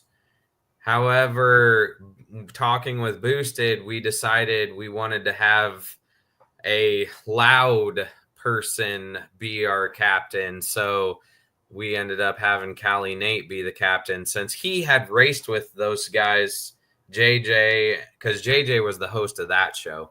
Right. So he had raced with JJ before. And so that was when we went there and raced for the Dream Team in Vegas. And that show was 3 weeks long. It was a experience. I don't think I would ever want to do it again, but yeah, I say that now, but I don't know. It was. So you burning vacation on 3 weeks and being away from the family and all that? Yeah, it was. Literally, you would wake up at 6 p.m. They would start filming at 9 p.m. to 9 a.m. Holy cow. Yeah, it was. Was you staying in a motel or an RV, or what'd you do there? Sleep in the desert? Originally, we took an RV out there. And now to get to Vegas from where I'm at, you have to drive through the mountains, and then you're down the mountains to Vegas. Well, the RV didn't make it up the first mountain that we got to. So it was overheating. I mean, it was super hot. It was in August, so it was super hot out. And I ended up turning around, and we lost the brakes on the RV, turning around and coming back down the one mountain that we went up, and we had to pull over on the side of the road. It was scary. I was standing on the brakes. They were smoking. We ended up getting all the race car fans out and the generator and putting the fans on all the brakes of the RV. And either way, I had my buddy start driving. We were 8 hours away at that point. Yeah. And I had my buddy start bringing my truck, and we got the RV cooled off and back down the one mountain and started heading back to meet him, and switched my truck and RV and all our stuff. And it was a fiasco. I'm telling you, it was scary. It was very scary. But so we ended up staying in an Airbnb. Okay. So luckily, Justin Heckman loaned us his smart car as a push vehicle instead of a golf cart, so we could drive something around. And so, we ended up staying at the Airbnb, and that was the time when COVID had just become a thing, and it was. We got COVID. Everybody on the show got COVID for different time periods, and it was terrible. So you got tested all the time and all that stuff. You kind of getting isolated there. Yeah, it was. You just laid in bed and just hoped you'd get better, and man, it was terrible. But then the show, so as the show goes on, the races, if you won, were more and more money. So I had done the Butthurt Bar. I had went there and with intentions of using the Butthurt Bar. During testing, they allowed people were out there timing cars, and they had seen how fast I was going with the Butthurt Bar. And the very first day, Kai Kelly got it banned, And so I had planned ahead thinking it was going to get banned. And so I built a different contraption that was under the wing that I ended up using, and did pretty well with that. It just took a lot more testing. So what I'm getting to is, so I was going to race later in the days because they paid more and I was doing very well. And you could only race 2 times throughout the race schedule. Okay. So I was going to race. There were days that were 28-inch days, which were the true street cars, and then 29-inch tire days that were the race cars. I remember that. And so I was going to race on the 29s, obviously, because big block, very heavy in the front. It was a little tougher, and no butthurt bar. Wow. So on the 7th day, I had raced and lost to Todd Spears in the 3rd or 4th round or something. And then I was going to race the last day, which was day 9, because 7th day was 29s, 8 was 28s, 9th was 29s. Right. Well, on the 8th day, a guy had crashed and had a fiery wreck and passed away. Yeah. And the show didn't ever have that happen. And so they were like, we don't know what to do. Just go home. And so unexpectedly, we went home, loaded stuff, went back to the Airbnb, loaded stuff up, and drove straight home. And so I only ended up getting to race that one day because they wanted us to drive to California for Mega Cash Days, the next event they were going to have. They were going to film that last day before the other show started at the same airstrip they had rented. And I told them I'm not driving out to California for free. And they said, well, we'll find somebody else. So never ended up going back. There you go. Man. Great story, man. Great story. Yeah. And I mean, I am in this to make sense. Like, I'm not going to waste my time again of an experience that I felt was. Now, granted, we as a team decided all the money that we won, we were splitting evenly between the 10 team members, and we had won. I want to say it was $100,000 or something. I don't remember what it was. We had won quite a bit. Yeah. I think each of us ended up maybe getting, it was either $5,000 to $10,000 that each one of us ended up getting, which was quite a bit. I mean, it didn't pay for everything, but it was better than nothing. Exactly. And then for them to tell us, like, or tell me, because I was going to race, drive all the way out there for no more money. Like, I wasn't going to do that. So right. Wow. Good. It is what it is. I mean, that's I can move on with life if it doesn't make sense. Yeah. Yeah. That sounds good. Great segue. So here's the next one, Gary. I think you're ready. Joe, you can't say anything, okay? I'm gonna set it up. All right. Putnam and I, we're at Flying H. We're hanging out. And, I don't remember the streetcar takeover or what it was, and we're sitting there on the fence, and all of a sudden we see this. We see you in the right lane, and they're saying you're doing some test passes. Go ahead and roll that video, Gary.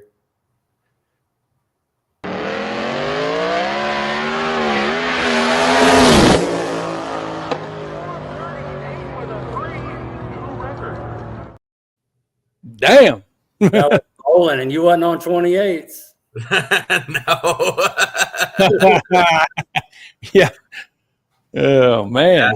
That video never gets old. Gosh, that I don't remember the gentleman's name that took that, but I think it had millions of views in a week. It did. Real quick. Yeah. And I mean, that it was such a cool angle, and such an expert. Got the whole thing. And it seems like, not to interrupt you, but Gary and I are like 20 feet to the left on the fence watching this, and we're like, holy cow, that's rolling. So talk us through this. I'm going to go to Flying H. I'm going to put 26s on. What's going on?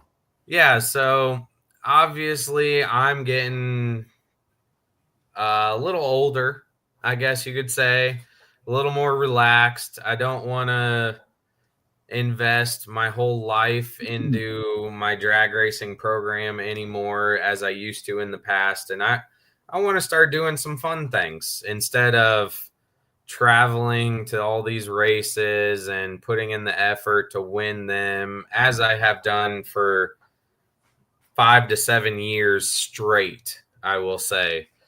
And so this was I don't know, little challenge. And I mean little. Them tires are tiny.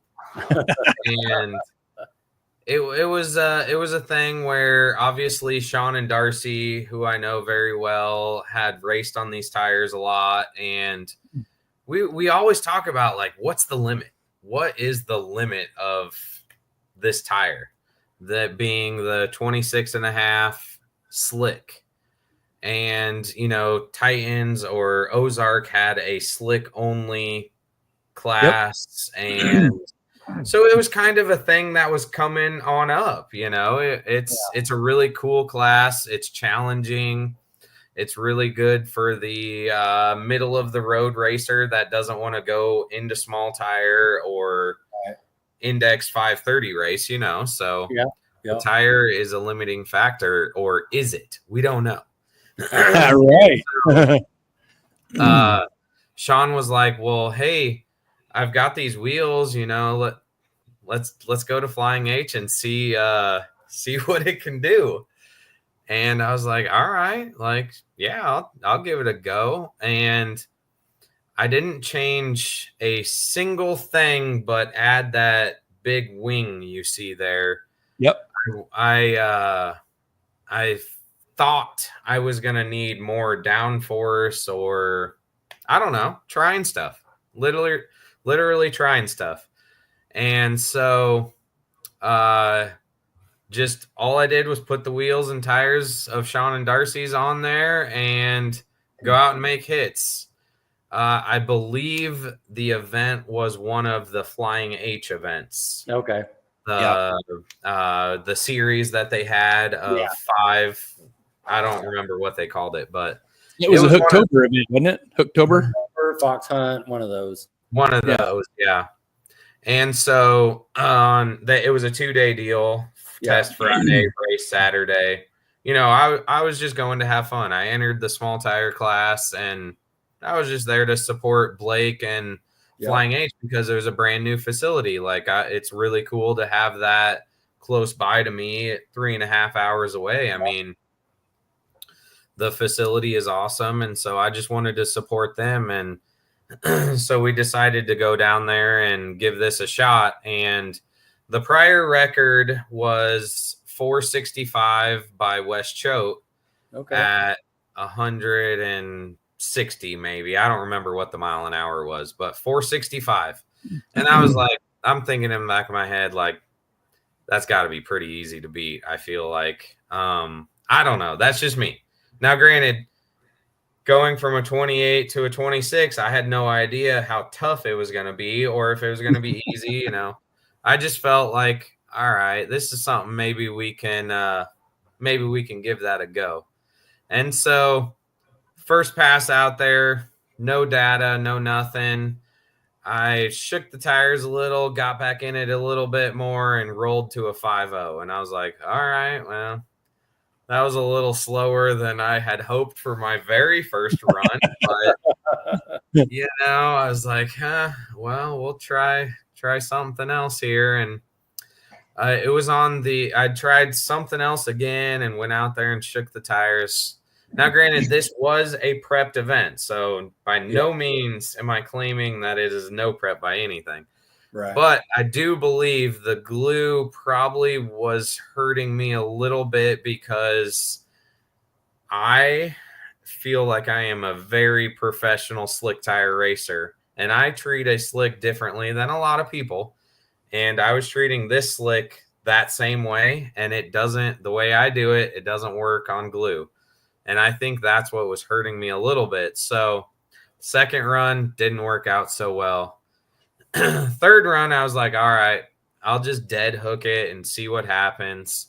And ended up going like a 446 or something at 170 something, I think. I don't remember. And I was like, oh, well, that was easy. Third run. Let's see, what else we can do. I ended up not making it down the racetrack another time that night. So to say they are challenging, it is very challenging. The next day, I entered the small tire race, like I said, and you get 2 test hits and then first round, I believe, maybe, or something like that. Right. Typical Flying H, couple qualifiers or whatever.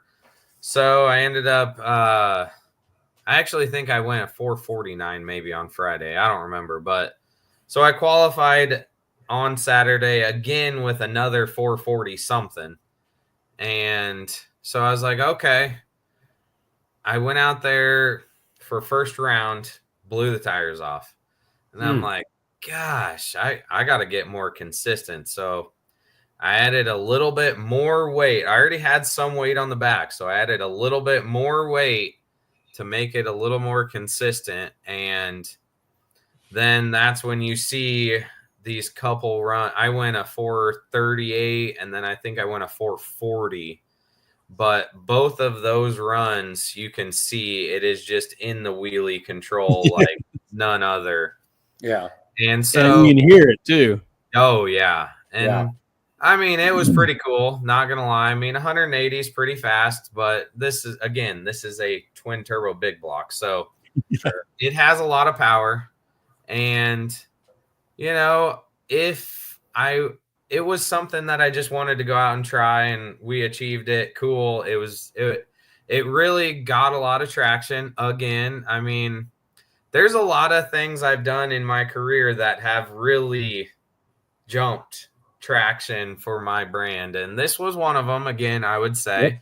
Yeah. And so I do feel changing other stuff would help racing on this tire again exponentially. I mean, because going out there with no gear change, no nothing, no bar changes, I really struggled, as you could see.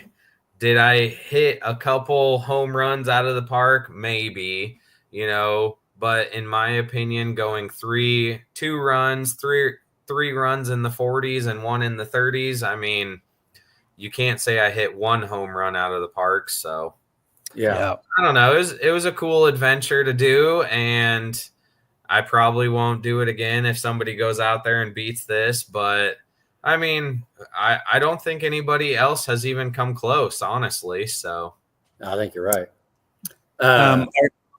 Actually, that Show went a 43, I think. Just I raced him one day at Ozark. Just on the drag radial version. Yeah, these on are the 235s. Yeah, the record for the drag radial was a 37 when I did this one. Yeah. The you gonna try that sometime? You gonna try the radial sometime?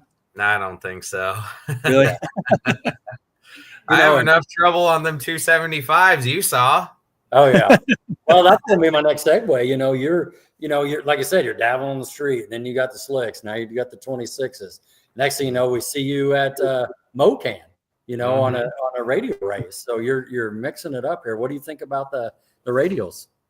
Yeah, like I said, I'm in my life where I want to go out there and have fun. I don't want to work excessively hard at going out there to try to win every time. Sure, I do work hard to get where I'm at, but there takes a much different level to go out there and win every race like I did in the past. And radials are another avenue where I want to try some new things. Like, radials are cool. Going fast is fun. I mean, there's no doubt about it that radials are faster than slicks. That's a given fact. Let's be honest here. Sure. So I don't know. I went to St. so originally I was going to Mocan no matter what. Justin was racing there. Sean and Darcy were racing there. So we were going to go there and have fun. So the weekend before, I was going to go. I honestly think it was King of the 28s that got canceled, maybe. No, that was a different event. But there was a different event that got canceled. So then I ended up going to St. Louis for a radial race to get a few test hits in. Now, granted, the track wasn't very good, so the way they were prepping maybe was a little different than normal. I don't know, but I got some data in St. Louis on radials that weekend before, and then ended up winning the event. So it paid for my testing, paid for my trip, and then some.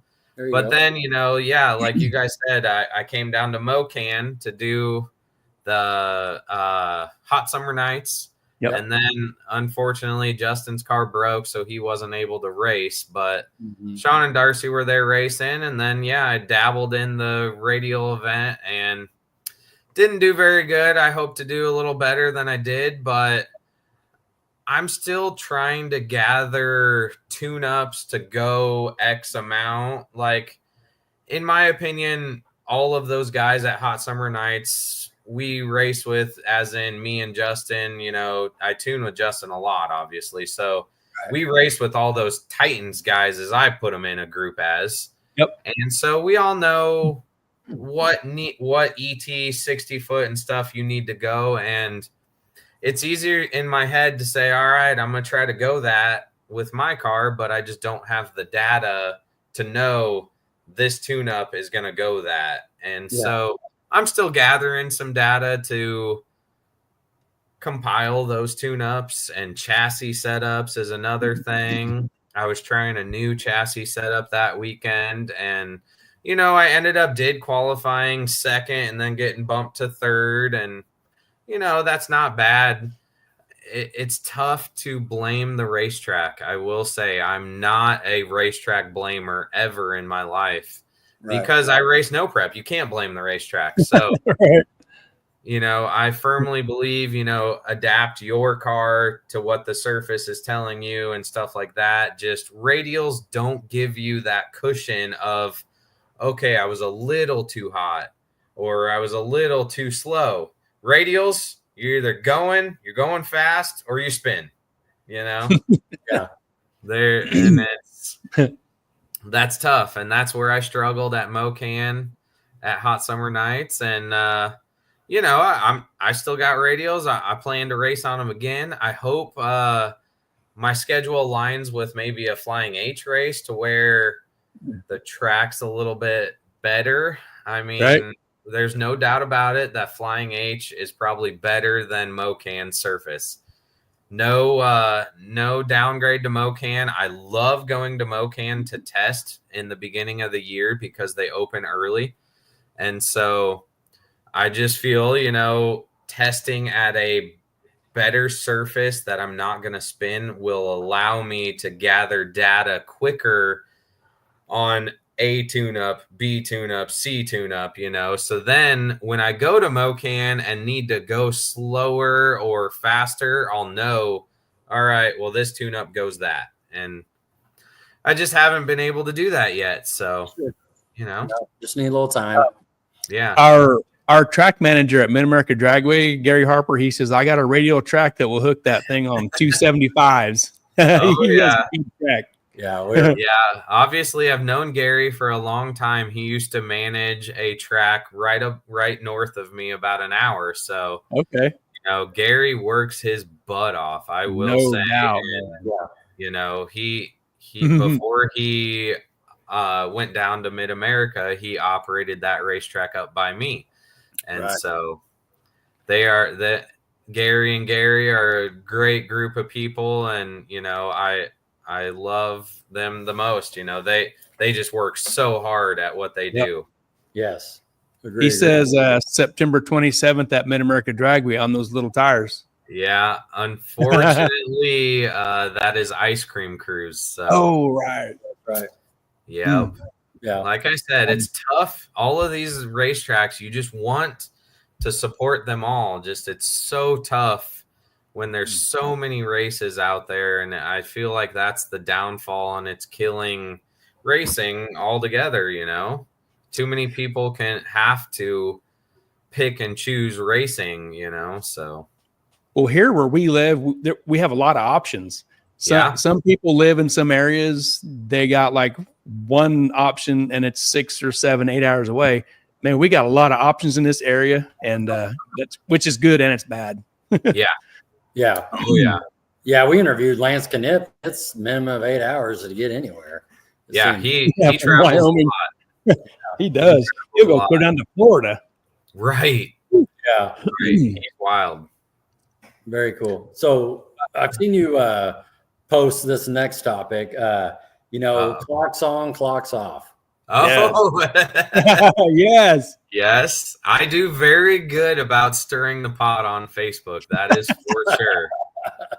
I have a lot of controversial topics that I post about, and it just gets stuff going. Yes, in my opinion, I used to be an extreme diehard no-time racer. I literally wouldn't go to a race if you lit the boards. I mean, and it wasn't. Now, in some cases, I can say this now.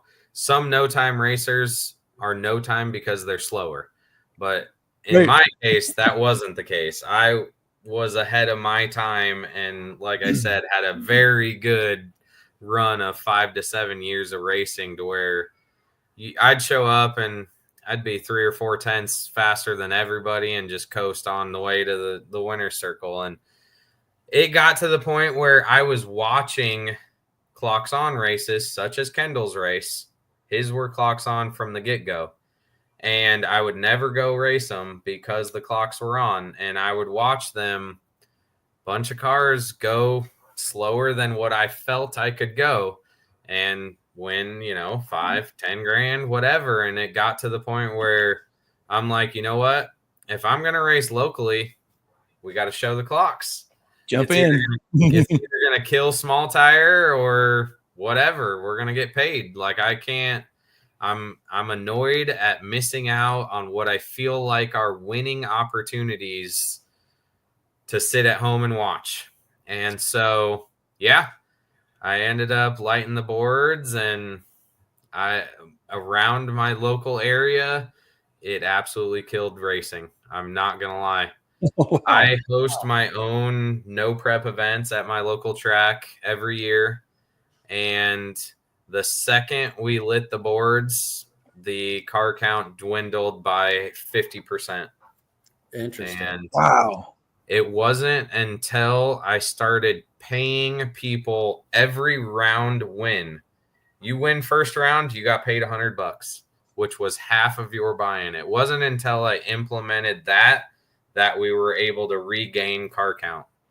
Okay. So, wow. Huh. There's no doubt about it. There are people out there that see what's on those scoreboards and get disappointed and stay home. Yep. I mean, it's just a fact of life. But yeah, so now, in my opinion, light the boards everywhere. I don't care. Yeah. And in my opinion, you guys talked about before we brought me on the no time event this weekend at Ozark. Open your eyes. Every single one of those cars has lit the boards. Why are we turning the boards right? Exactly. Yes. Like, no real no time car will ever come to a race like that when 90% of those cars lit the boards last week. I mean, yes, it's stupid in my opinion, but again, well, I don't know if most or maybe just some don't they like cut the ticket, give them separate tickets, right? Yeah, but you know what's funny? The left lane always gets the margin of victory, so you always know what the other guy could go somewhat anyway. And that's another thing, being as I was a die-hard no-time racer, I see those things, and it's like just goes to show that some people don't know what they're doing about stuff. I'm not saying Ozark was like that because I wasn't there. I didn't see anybody's time slips to know, but there are a lot of racetracks that we go to that are no time, and you can see the margin of victory on one side of the time slip. So, right. Yeah. And let's be honest, there's nothing better than talking with your buds in the pit about, oh, I went this 60 foot. What about you guys? And then pretty soon it's just a circle and everybody knows. So what does it matter? Yeah. And if somebody's cutting tickets, somebody can get in the shack and see. Somebody can see something in the tower. You can put people somewhere and find out all the information you need. Oh, yeah. At Topeka, somebody paid for my time slip when we were there racing. Wouldn't be the first time. Oh, man. So, lighting the boards up. We went to a few of Blake's races last year. There were no time. You got your slip. It didn't bother me.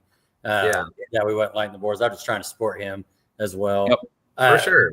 But I think I'm like you, and Gary and I are just like you, just trying to go out and run the fastest time you can that day and go some rounds and take home some money and have a good time.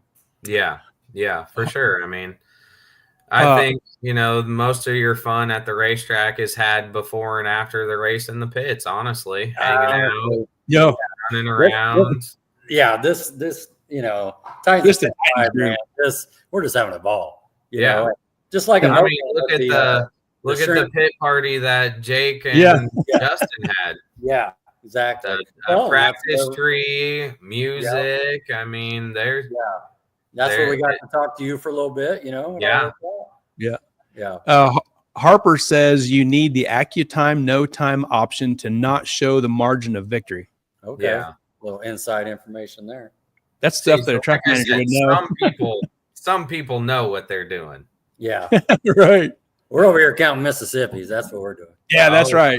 Wouldn't be the first time, and honestly, it's so funny you say that. With technology nowadays, if you post a video on YouTube or Facebook, I have an app that I can rip that video and time it on my app to the millisecond. I'm telling you. That's great. So technology is wild. It is wild. So go ahead. You got one, Gary?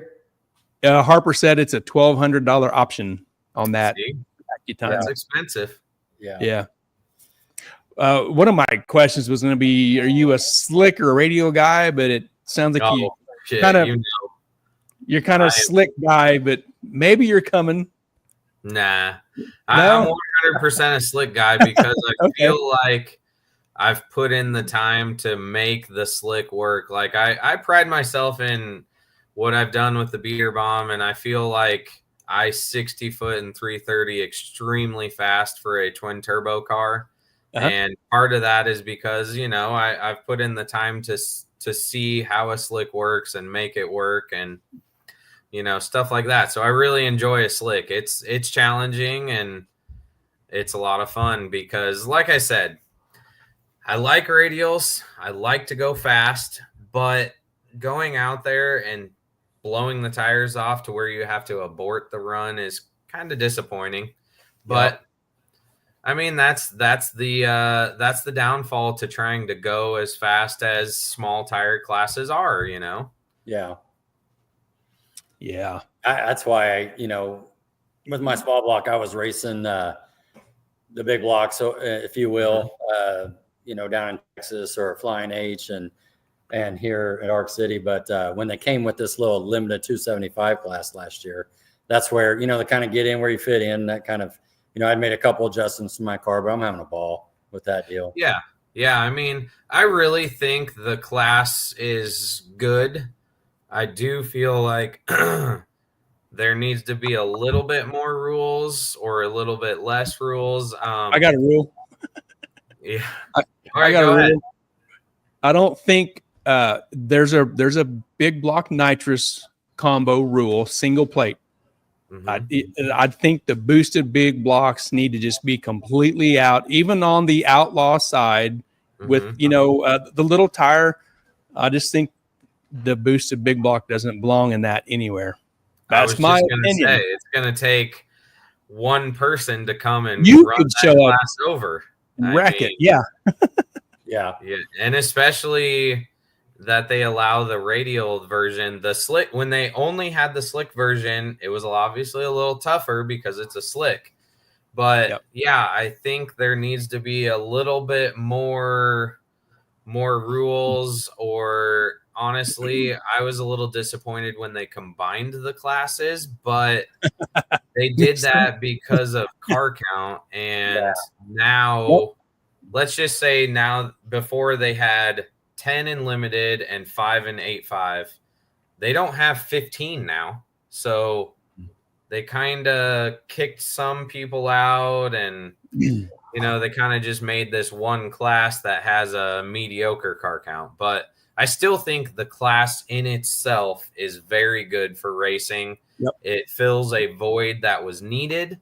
Yeah. But it just needs a little bit of refining, I think. That's fair. And to your point, especially now with the Hemis and the small tire, I mean, I don't have, and to be honest with you too, the little gangster, little Titans 530 deal index, it came at a great time as well. So you've got these 3 lanes, if you will. For sure. Yeah, I mean, it's a good class to have. I mean, the overall, there's been quite a few cars, and the racing is pretty close. Yeah. So, yeah. I had to sell my big block and completely change my car to fit this class because I don't want to chase, Heckman and Phillips and Ondrick and them guys. I'm not interested in that at all. Right. I had to do what I had to do to fit Rodney. His car fit that class perfect, and that's where I need to be, and that's where I want to be. Right. So now, did you? We're talking about rules. Did you see the rules at the Fox Hunt for limited? I think so. I think we looked at them. I don't remember. They allowed a big block with a 118 and up to a 136 Pro Charger. That's bonkers. So I don't know what happened there. On what tire? The 275. Oh wow! It was man. It was the limited 275 class. It was right there on the Fox Hunt flyer. That's a 3,500 horsepower combo. No, yeah. I mean, dang, 175 out there. I've seen that. He didn't end up winning, obviously, but if a combination in limited can go 175, I'm not sure if that's limited territory. Yeah. Right. Good. Oh, man. I don't know. Harper, he's got a shout out there on that. Oh, whoops, I missed it. Oh. Here it is. Oh, yeah, there it is. Yeah, they tweaked they adopted the Titans rules, except that they're not using the little tire rule with the outlaw style car. Gotcha. So yeah, he's like using the original rules. Oh, okay. Yeah. And what's Babyface saying under there? Oh yeah, he says limited 275 should be a little more limited in my opinion, and you are correct. Yeah. I feel like they're very close with rules. They just need a little bit of tweaking. I mean, they did pretty good with them, and the cars are pretty close. Just needs a little bit more is all. Yeah. No, Brian says I vote bring some weight requirements back, but that's because I'm heavy. His car is heavy. Yeah. Now you'll always hear me deny scaling. Yeah. I know that's what class racing needs, but it is such a pain in the butt. Yeah. I mean, for one, to enforce, and then 2, to do after every run. Yeah. It's a lot. So if you can get the rules a little closer without having weights, that's going to be much easier on the racetrack and the promoting facility, stuff like that. So I want to hear experience. I want to hear your opinion on this, and this is with the Titan or the limited 275. I think that class needs to be in that 440 to 460 range to be really ideal. What is your opinion on that? I believe that's a little too quick. If you go faster than 450, I believe you should race small tire. But that's my opinion. Right. Good question. Good answer. You know, I would like to see a limited class in the 450 to 470 range. Whoa, are you reading the deal? Are you like, look at what Harper just said. Limited should be 450 to 470 cars, 440 in mine shaft air. There you go. Lock it in. Lock it in. Okay. I agree. So, I think there just needs to be a little more gap between small tire and limited. I agree. If you've got guys going 450, knocking on 449, why can't you race small tire? You're right. You know, depending on the surface, obviously, you're right there with small tire almost. Yeah. You know, but that's good stuff. In the end, the Little Titans class is obviously in a budget range way here. Yeah. The limited needs to be somewhere in the middle, but yeah, that's fair. What do you think about the floating index on the Little Titans, Little Gangsters, all that? You know, I think it's good for the entry level guys, but I'm not a believer in index racing, so I think it's good to have. It's great for racing. I just don't think I would ever get into it. Obviously, Austin Martin's a good friend of mine, and he absolutely loves doing it, and he does well. He's good. He's awesome, man. Our whole family's awesome. Yeah, and I mean, I like to see them having fun, and I know that's the class they race in, so I think it's needed. It has to be needed, even though I don't like it, is what I'm getting at. Yeah, no, that's cool. Good. Hey, here, I like the comments up here. Yes, Goose says fiberglass doors, and I got something else with this too. Okay, so we're talking about limited. Right. We've heard a couple times now. Rodney had to do a door fix. That's all he had to do to get in limited. Yeah. Same with Flowers. And Flowers. We've heard a few times at different tracks that if they would allow the non-stock steel door, be a fiberglass or a carbon, they'd pick up more car count. I hope they never come away from the steel door. What do you think? Keep the steel doors or do whatever? No, I think you're gonna get a lot faster cars if you allow fiberglass doors. Honestly, I mean, as we both know, you can gut a stock door, and get it close to a fiberglass door. So I don't think that's a deal breaker. That's just somebody that doesn't want to change their doors. That's it. Doesn't want to put the doors on. Yeah. And if 4 or 5 or 6 cars need to do that, then they can just do it. Yeah. I mean, there's parts available. Oh yeah, for sure. No, it's you could argue rule sets all day long, and it's being a promoter myself, it's very different for every area of the country and every market, as I call it, where the cars are, you have to tailor to that market. Yep. Yeah. That's right. Well said. Troy says limited should be just below Little Gangster, 460 to 490. That's a decent range. Yeah. I mean, that's fair. Harper says, I don't like a limited car in the 430 range. Okay. Yeah. The tracks, this is also Harper, the tracks need the floating index stuff for car counts. Oh, absolutely. And we all need the car count. You know what I mean?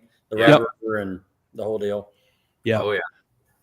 Austin Martin says it's good for a street style car that's not quite a limited style car. Yeah.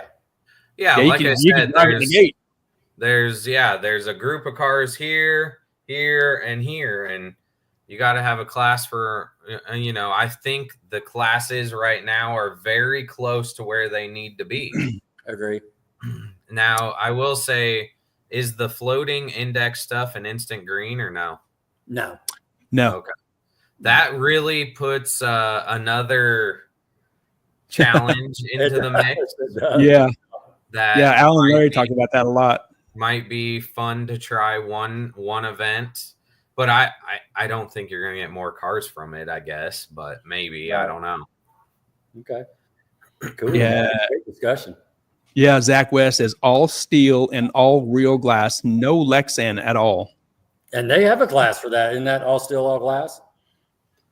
That class is some steel, some glass. We already know. Right. Those cars that go to like Big Jake's, those things are like 2,200 pounds in all steel. Right. Yeah. Oh man. That's crazy, man. Yeah. Crazy. Austin says he likes instant green. Okay. Yeah, I mean, one thing it does is it gives those guys that, let's just say the floating index is a 5.0, but you've got a car that can only go 5 teens.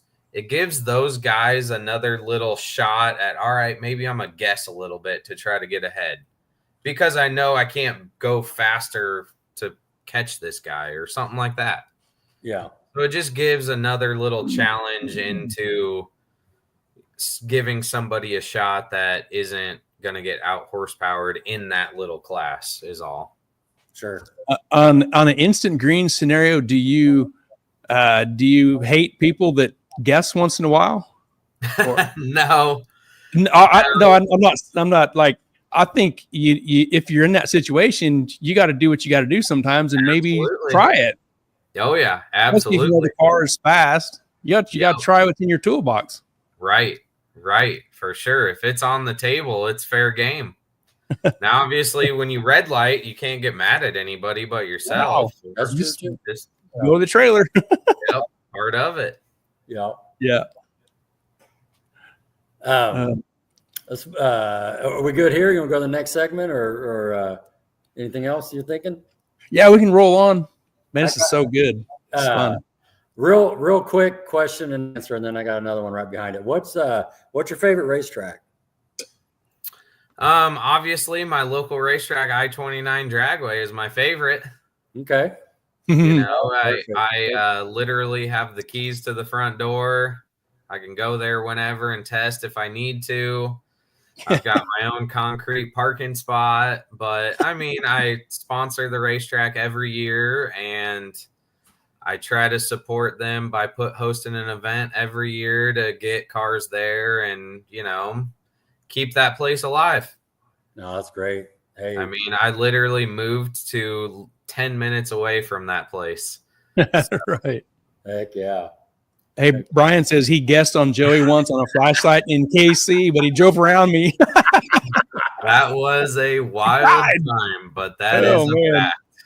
Yeah, barely drove around him. Barely. He must have did a really good job. Yes. He was really late.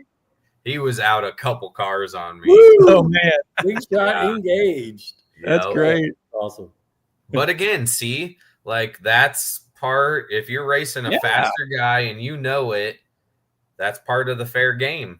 And that's where I think an instant green could help some of the index racing be a little more fun and challenging to where, now I'm not saying those are bracket racers that are entering that race every time because those ETs are too quick for bracket racing, but it might give another guy a different chance at trying something is all.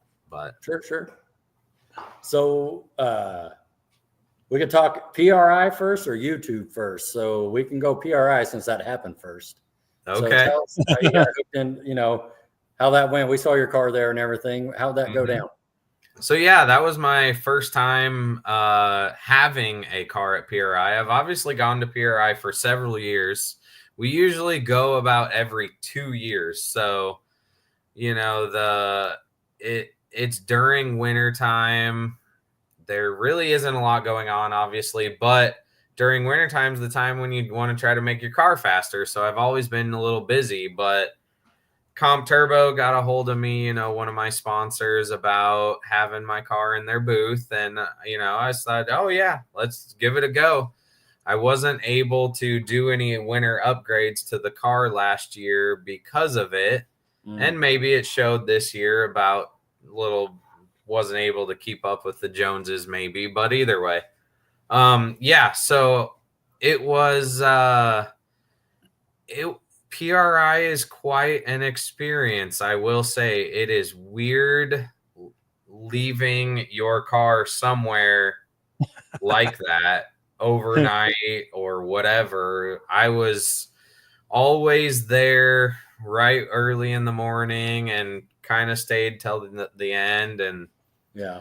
they had security walking throughout, but you never know what can happen. I obviously had no front end on or nothing, and people can do some crazy stuff. And we saw that literally as I'm sitting there trying to recover from a night out on the town. I'm looking, and these guys are crawling up under my car to look at the bar angles.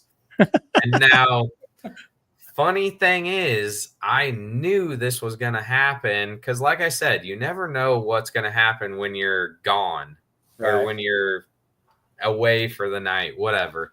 And so I moved my bars literally all the way up and all the way down. And these guys are up under there looking at this, and I am just cracking up because I know those bars are in literally a spot probably would never be, maybe. And they're taking notes and pictures and shit. Oh yeah, they found the secret. They found I'm like, oh my god. Oh, that's funny. That's awesome.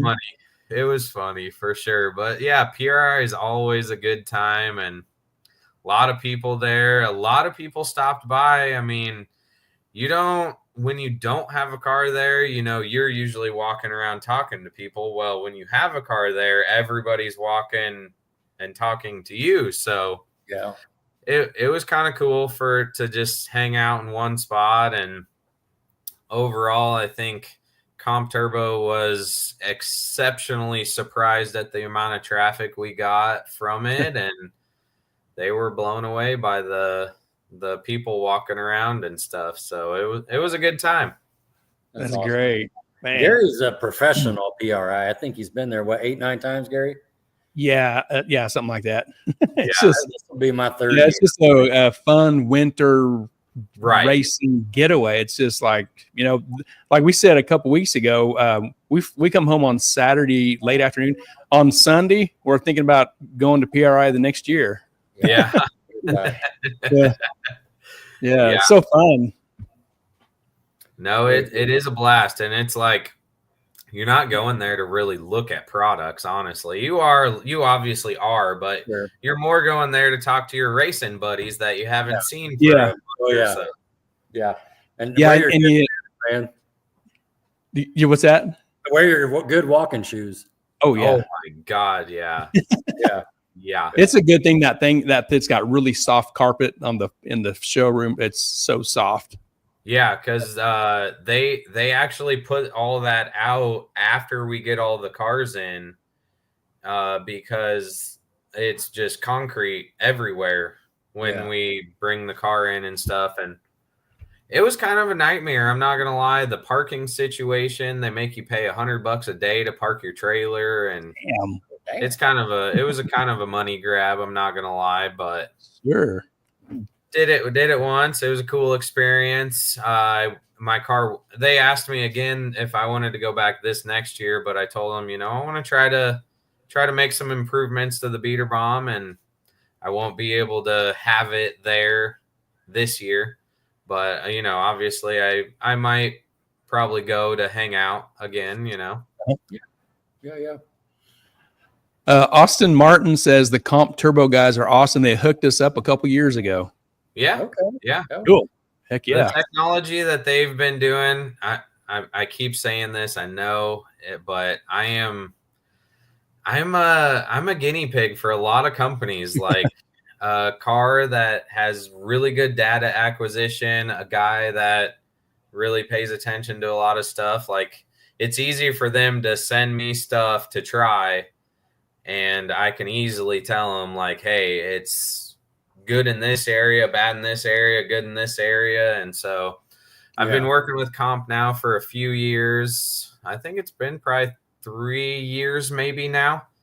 And I have been doing a lot of R&D for them. I had a set of turbos on there this year that they wanted to try something new with, and unfortunately it just didn't work out. So I put on my old ones and sent those ones back, gave them some, information of where they did good, where they didn't do good. And so he's like, okay, that's good data. I'm going to do this, and this, and, send them back again and keep going. I mean, because obviously they might not have hit the ball out of the park this time, but maybe next time they will, and that'll help push me further and further. Yep. Good point. Gary, what's on your list? You got something? Some more pictures we got here is when you get into the LS to big block swap. Oh yeah. Let me catch his comment here. Oh, there's Doug Perry. Hey, Doug. So here, you sure you want to show this? I don't care. Yeah, all right. Yeah, pretty wild. Big block, Yeah. big blocks and big headers. Did Brad do all this work? Yep. This is at Brad's shop. He actually has a new shop now, so this is at his old shop. But yeah. We worked on this. So this year was 2020. This was after my buddy Joe Hunt passed away in a drag racing accident. So I was planning to do the big block swap already, but after Joe passed away, I only had an 850 cage. And so we decided we're going to cut the floor out and do a 25-3 cage.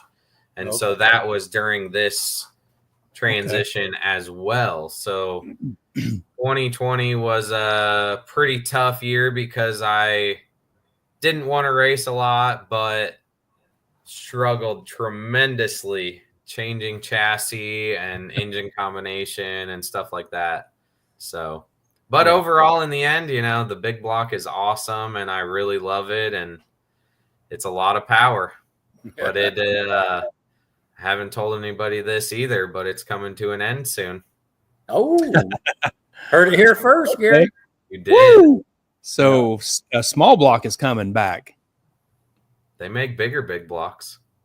Oh, Well, you're right. there we go. maybe a Hemi then. Maybe. What is this, like a 540, a pretty standard deal? Yes. Yep. Okay. So I actually bought this one from Lance Carnegie. So this was my very first one out of his old Mustang that he had. All right. But yeah, your pretty run-of-the-mill boat motor big block 540. Yep. It So, doesn't take much. No.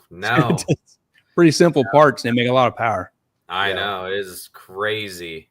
Yeah, and I just released a YouTube video tonight that I ran some nitromethane through it. And I picked up 300 horsepower on the same boost level. Holy cow. Oh, that is incredible. We went from 1,400 and some horsepower to 1,700 and some. Wow. Yeah. So That's awesome. pretty wild. Pretty wild what they can do for sure. Yeah. Yeah. The big block I sold out of my car last summer actually went to Kansas City. Oh yeah. Yeah. Kevin, I think is his name. He's got he's building a Cutlass, a real nice Cutlass. Oh. I can't think of his last name, dang it. Yeah. Yeah, so here you'll see obviously the floor is all cut out, the brand new cage, mid plate. Never had any of that before. We relocated the brakes to the firewall, that Lions firewall mount. Yeah. Tim Lyons. Ripped out all the wiring. Sean helped me rewire it from front to back, brand new Tevzel wiring, and so Man. big changes when we went to the big block and this cage work. Now, obviously, no one knew that we had the big block at this point. Sure. Uh-huh. But yeah, it was some major changes. The floor's gone, lots of cage, tubing. Yep. So pretty wild stuff. Yeah. And you kind of see towards the back there, Brad formed the old frame rails. It like cupped the tube. You can kind of see back there. He formed the frame rails to cup that number 1 bar to tie it in. This is obviously back when I had stock suspension still. Right. Uh-huh. So a lot of hours. I went back and forth to Kansas City for 3 months. I drove there every week. Yeah. Zach West says, how fast was the car back with the 850 cage and the LS? Yeah, like we talked, upper fours, basically. Yeah. Never really had a chance to push it hard or anything like that because I was mainly street racing. Austin talking about the nitro here. Was there any fueling changes or fuel correction adding nitromethane? You better watch the YouTube video. Tune into the YouTube, Austin. Answered. I literally laid it all out on the table. I showed how we mixed it, showed every change that we made, the horsepower numbers and everything. Nice. Wow, that'd be cool. So yeah, this as you can see, carbon on the passenger side, but NHRA legal steel on the driver's side because you have to have a certain thickness of steel under the driver. And then this very nice trans tunnel and drive shaft tunnel that Mike Anger, I want to say it was his last name. He's from Kansas City. Yep. He made that.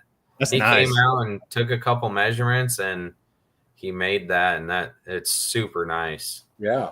That's a talented fella right there. Yeah. To make this. Because I can see the lines in that, and that's from a press brake. Yeah. That's a press brake touching down and eventually rolling that flat sheet.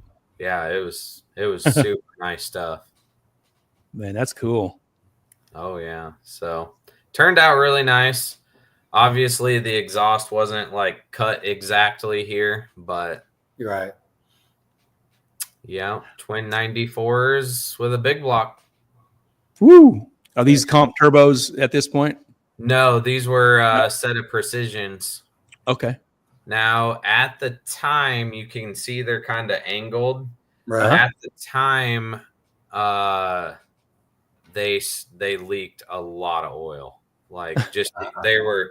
Precision only recommends a 15-degree angle from flat, and these were at a 25. So I didn't know that ahead of time, and so yeah, it was pretty bad. That was one of the major reasons why I went to a comp turbo because they are oilless. Right. Oil.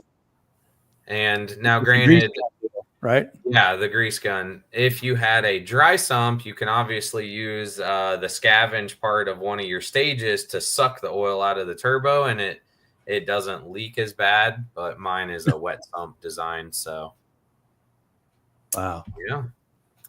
Thanks for showing these pictures off, Joey. Yeah. Yeah. Yeah, I mean, Brad and I worked really hard on all this stuff, and it obviously doesn't look the same now, but it was a really nice car after we were done for sure. Yep. Yeah, that's great work, man. Really nice. A little safer driver's area here. Oh yeah. Yeah, and back when we were building the funny car hoop, one of those gusset bars right above my head, we put some of Joe's ashes in there and welded them in there. Wow. Oh, no kidding. Wow, neat. All right. Dude, that's cool. Wow. Yeah. So a lot of work went into that. Driving to Kansas City for months. It was tough. But I mean, in the end, it's paid off. It's been a great car, obviously, great chassis, and Brad did an awesome job. Yeah. And you've updated as well with the real 4-link and that sort of thing. Yep. An aftermarket 4-link. Yeah. Yep. No, that's good stuff. Yep. So the front stub and everything is all the same. Still front frame rails to the back, the strut tower, the front of the strut tower.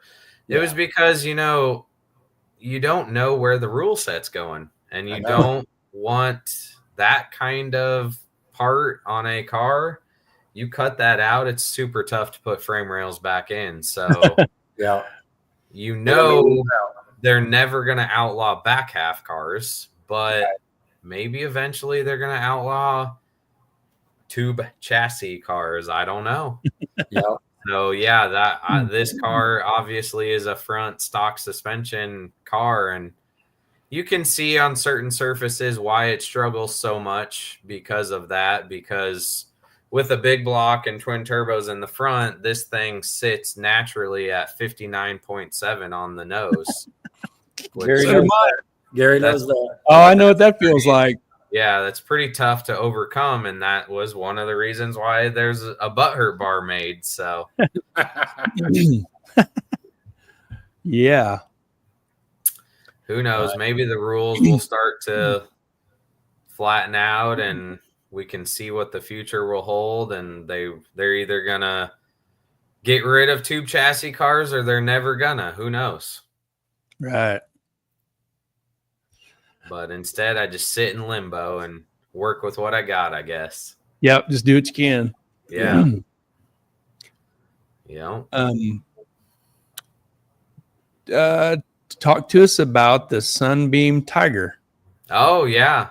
So that one right there is not one that I had back in the day. But growing up, like I said, my dad had a lot of unique cars. This was one of them. This is called a Sunbeam Tiger. It's a British-made car that Carroll Shelby took and put a Ford engine in. Oh, similar to the Shelby Cobra, cool. which was an AC Ace before that he took and put a 427 in, obviously.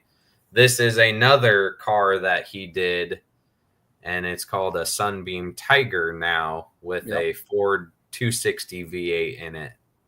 Huh. So my dad had one growing up that I fixed up and got running because it just sat in the garage. It was broke. And so I took, my lunch money and bought parts for it and worked on it and got it running. And he drove it for several years. We drove it for several years. And life goes on. I move on. I have kids, obviously.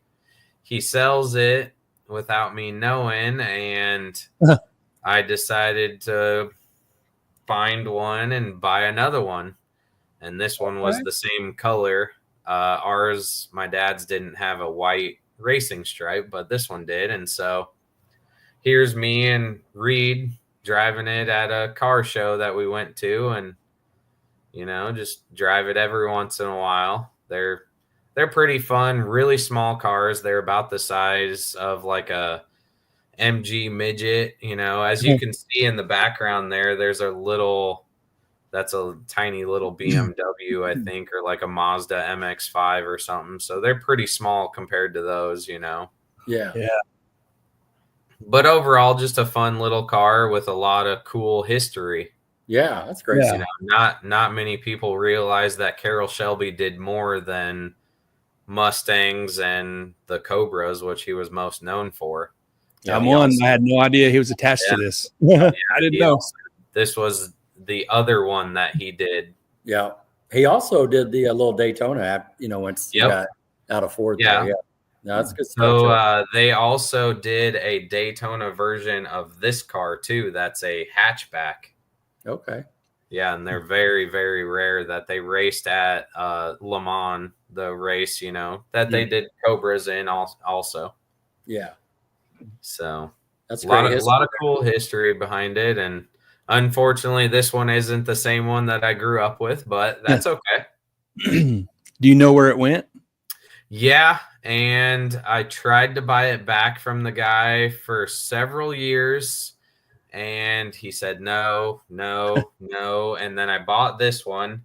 And ironically enough, he goes, hey, I'm looking to sell the Sunbeam. Do you want to buy it? Sure. No. And, I thought about it. I was going to buy it. And then I thought about it some more. And it's like, that guy made that his. So that's not really the same car, in my opinion. So, you can have it, and I'll make this one mine. There you go. So Yeah, Dave's racing channel says is a Sunbeam Tiger similar to the MG. They have that look. yeah, they're similar in size. This one obviously is a V8 with a 4-speed. An MG is definitely not a V8. Yes, That's very probably, similar in size for sure. that's probably a fun little car to zip around in. Oh yeah. Oh yeah. Yeah. I mean, you're driving down the interstate and you're going 60, you know, I don't, this thing is not a race car. I take care of it and drive it nice, and you're getting past like you're sitting still just because you feel like you're going fast because it's so small. Right. Wow. Yeah, being a 4-speed, it obviously you can't drive fast, you know, it's sitting there at $3,000 going 60 miles an hour. Right. So yeah. Little tires. Oh yeah, they're 13s. I keep them clean. 13s, yeah. Man. What do you got, Rod? All right, let's move on to YouTube. Woo! Saw you made an announcement, and you know, you're like, I'm gonna try this YouTube thing. We kind of talked about a little bit of Mocan and the, you know, the work it really takes that people don't. It does. Yeah. What do you think about YouTube?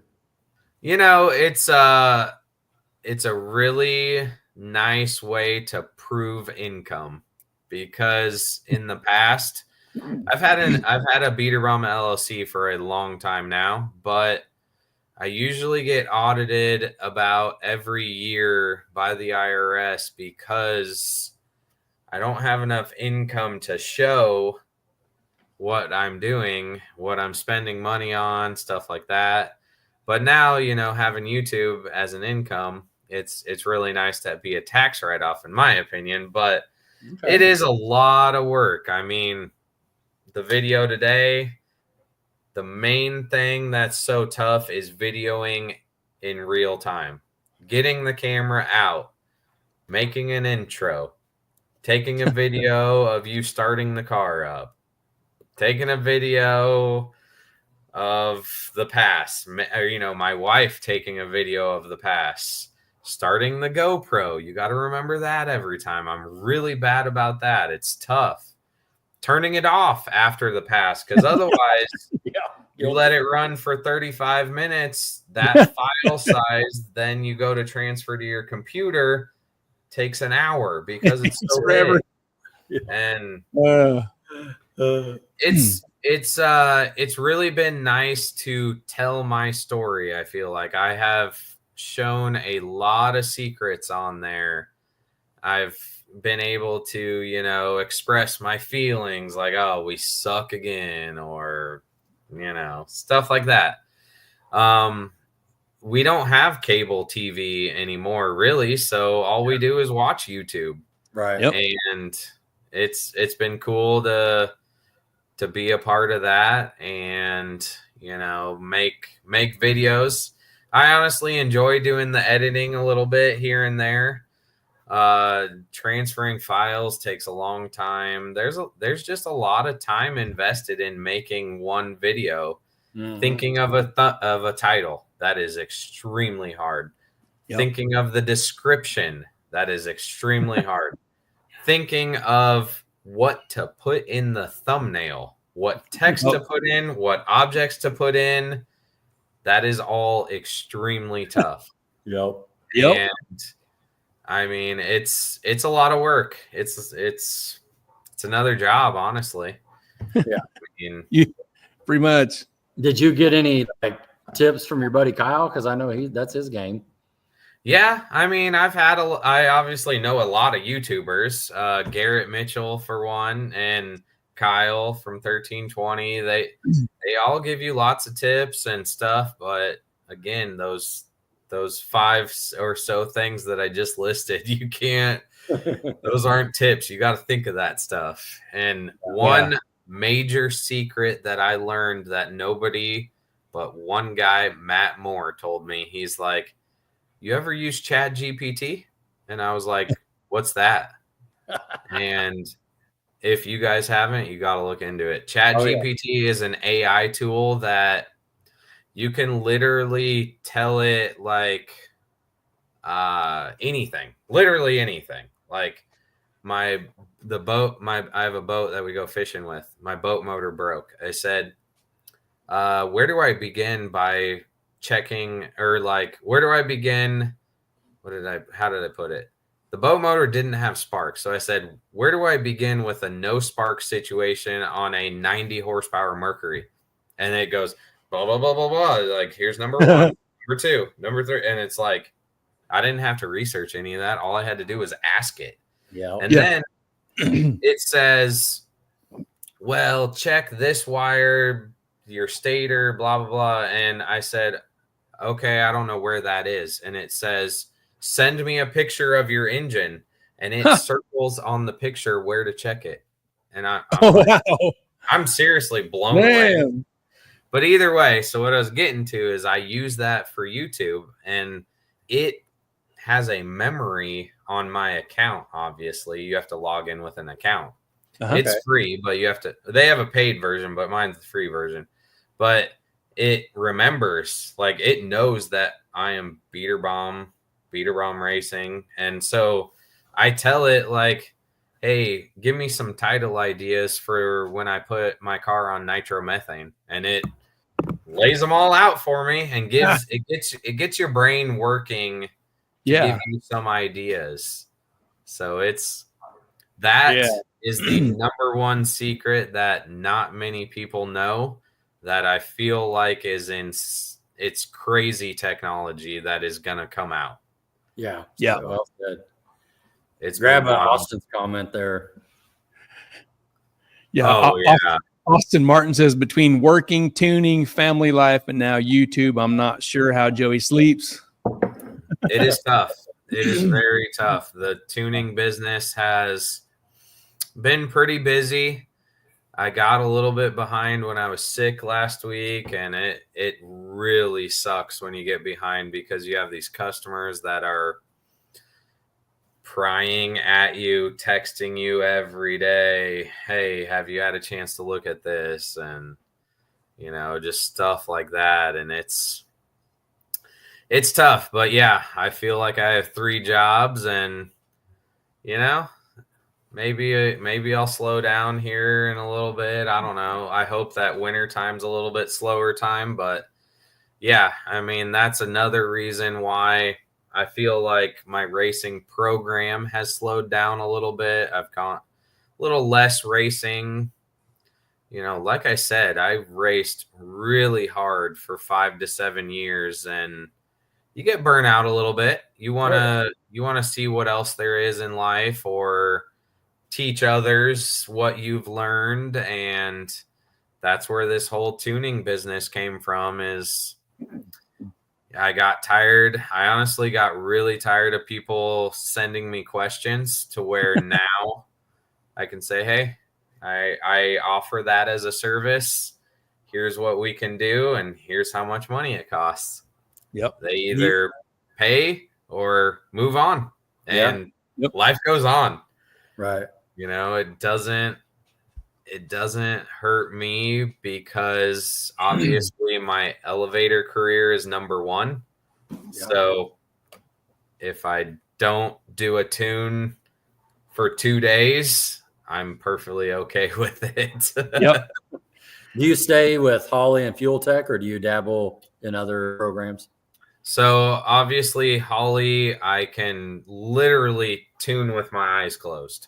If you asked me a question about Holly, I could navigate you through the menu bar to the exact spot that you need to go.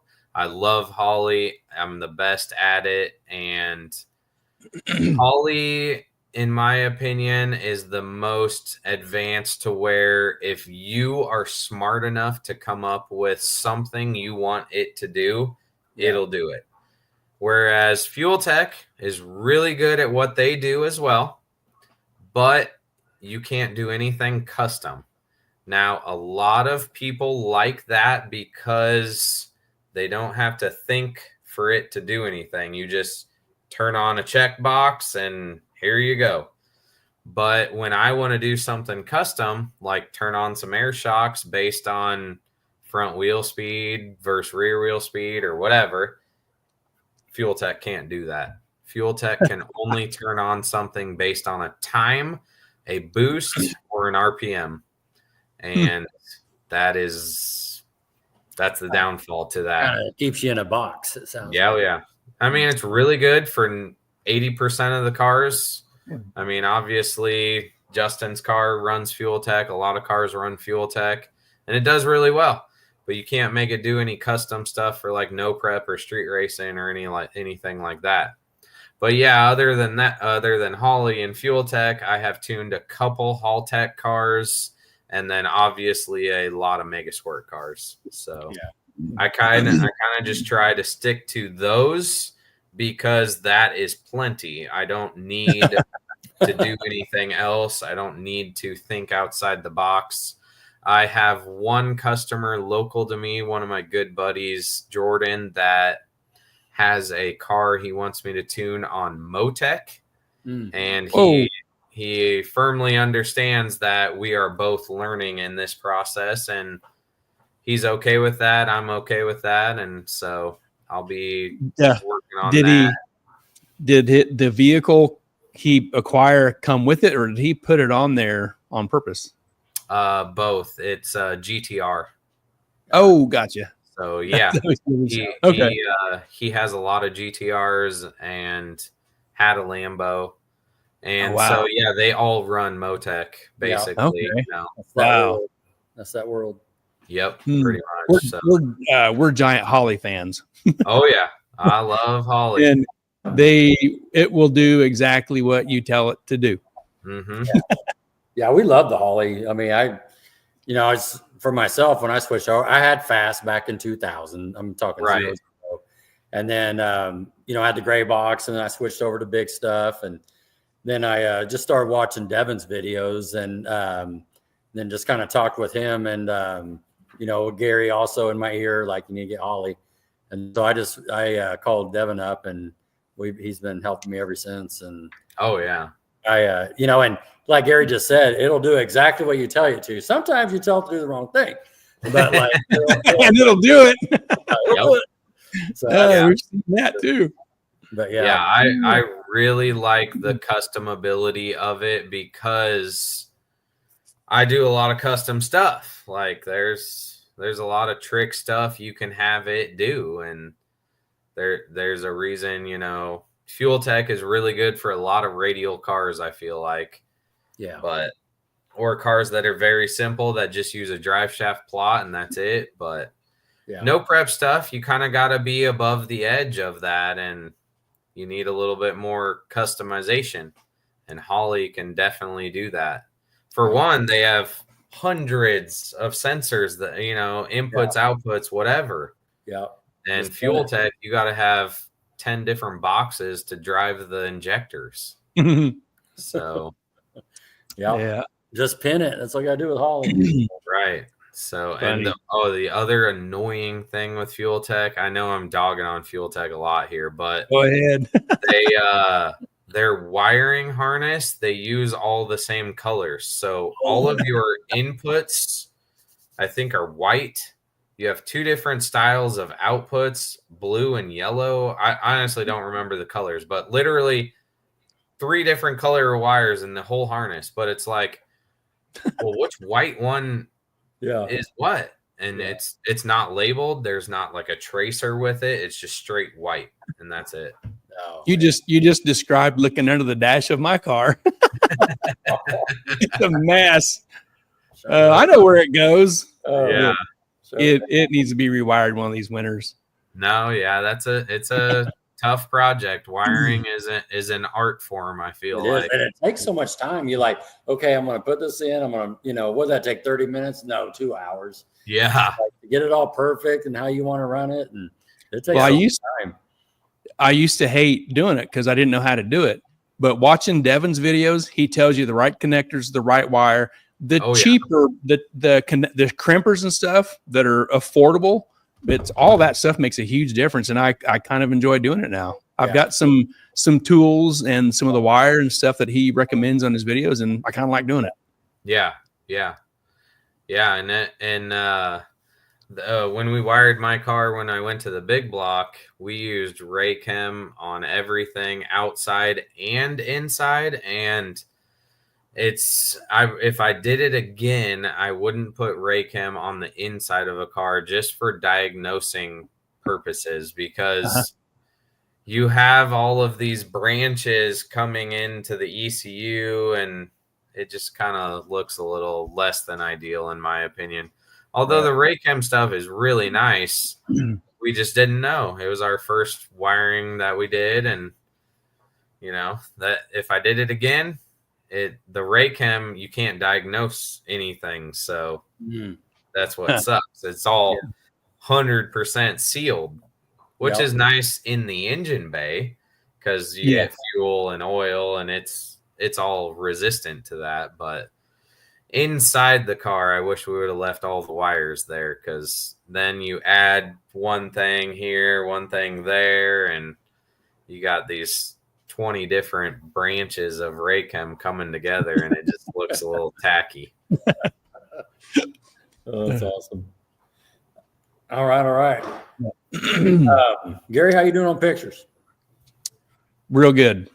That pretty much wraps up the pictures. Okay. And my list is looking pretty solid. How's your list? I got one more thing. All right. And it's easy. I was real curious. This would be an interesting answer. We know you know your way around a race car, tuning, slicks, radials, all this and that of a race car. So you're good at an enormous amount of things on a race car. What is one thing you wish you were better at on the race car? I don't know, honestly. Yeah,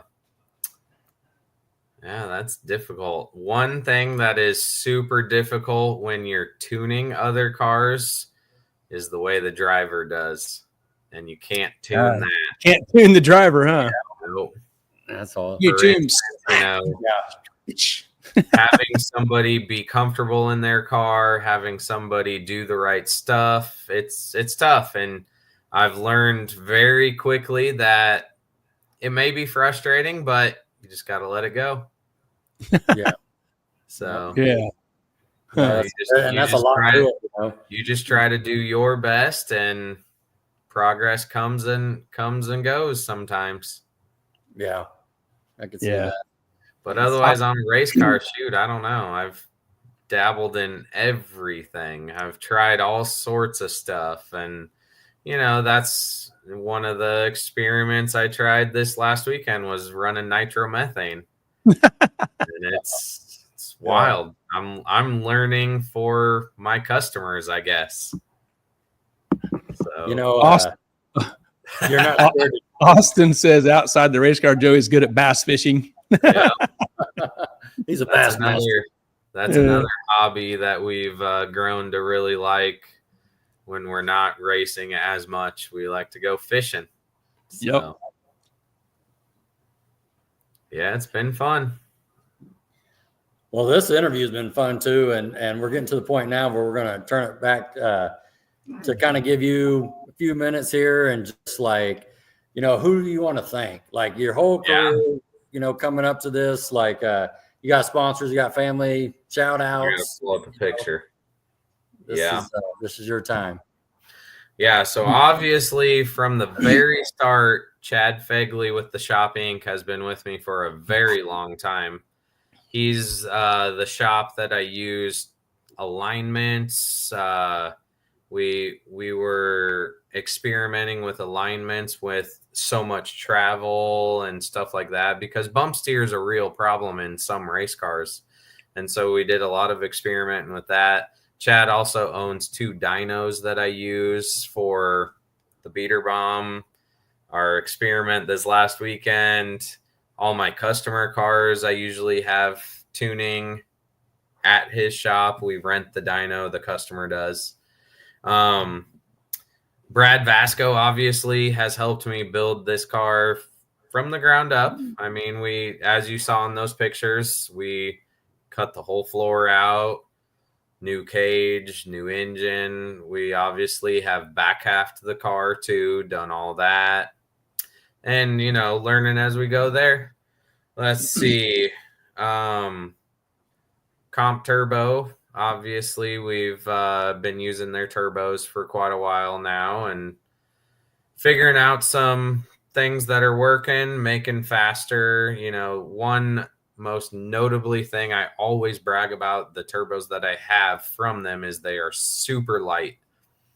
Being I have a boat motor big block in the front, I can't afford to run pro mod size turbos because they are much heavier. So although they can make a lot more power, I'm using Comp Turbo's mid frame. They call them like a S400 chassis, the mid frame size turbos. And I keep telling them like, hey, I need some more power, but the frame can only allow so much. So that's why we're doing a lot of R&D to try to make more power out of that tiny of a turbo. Okay.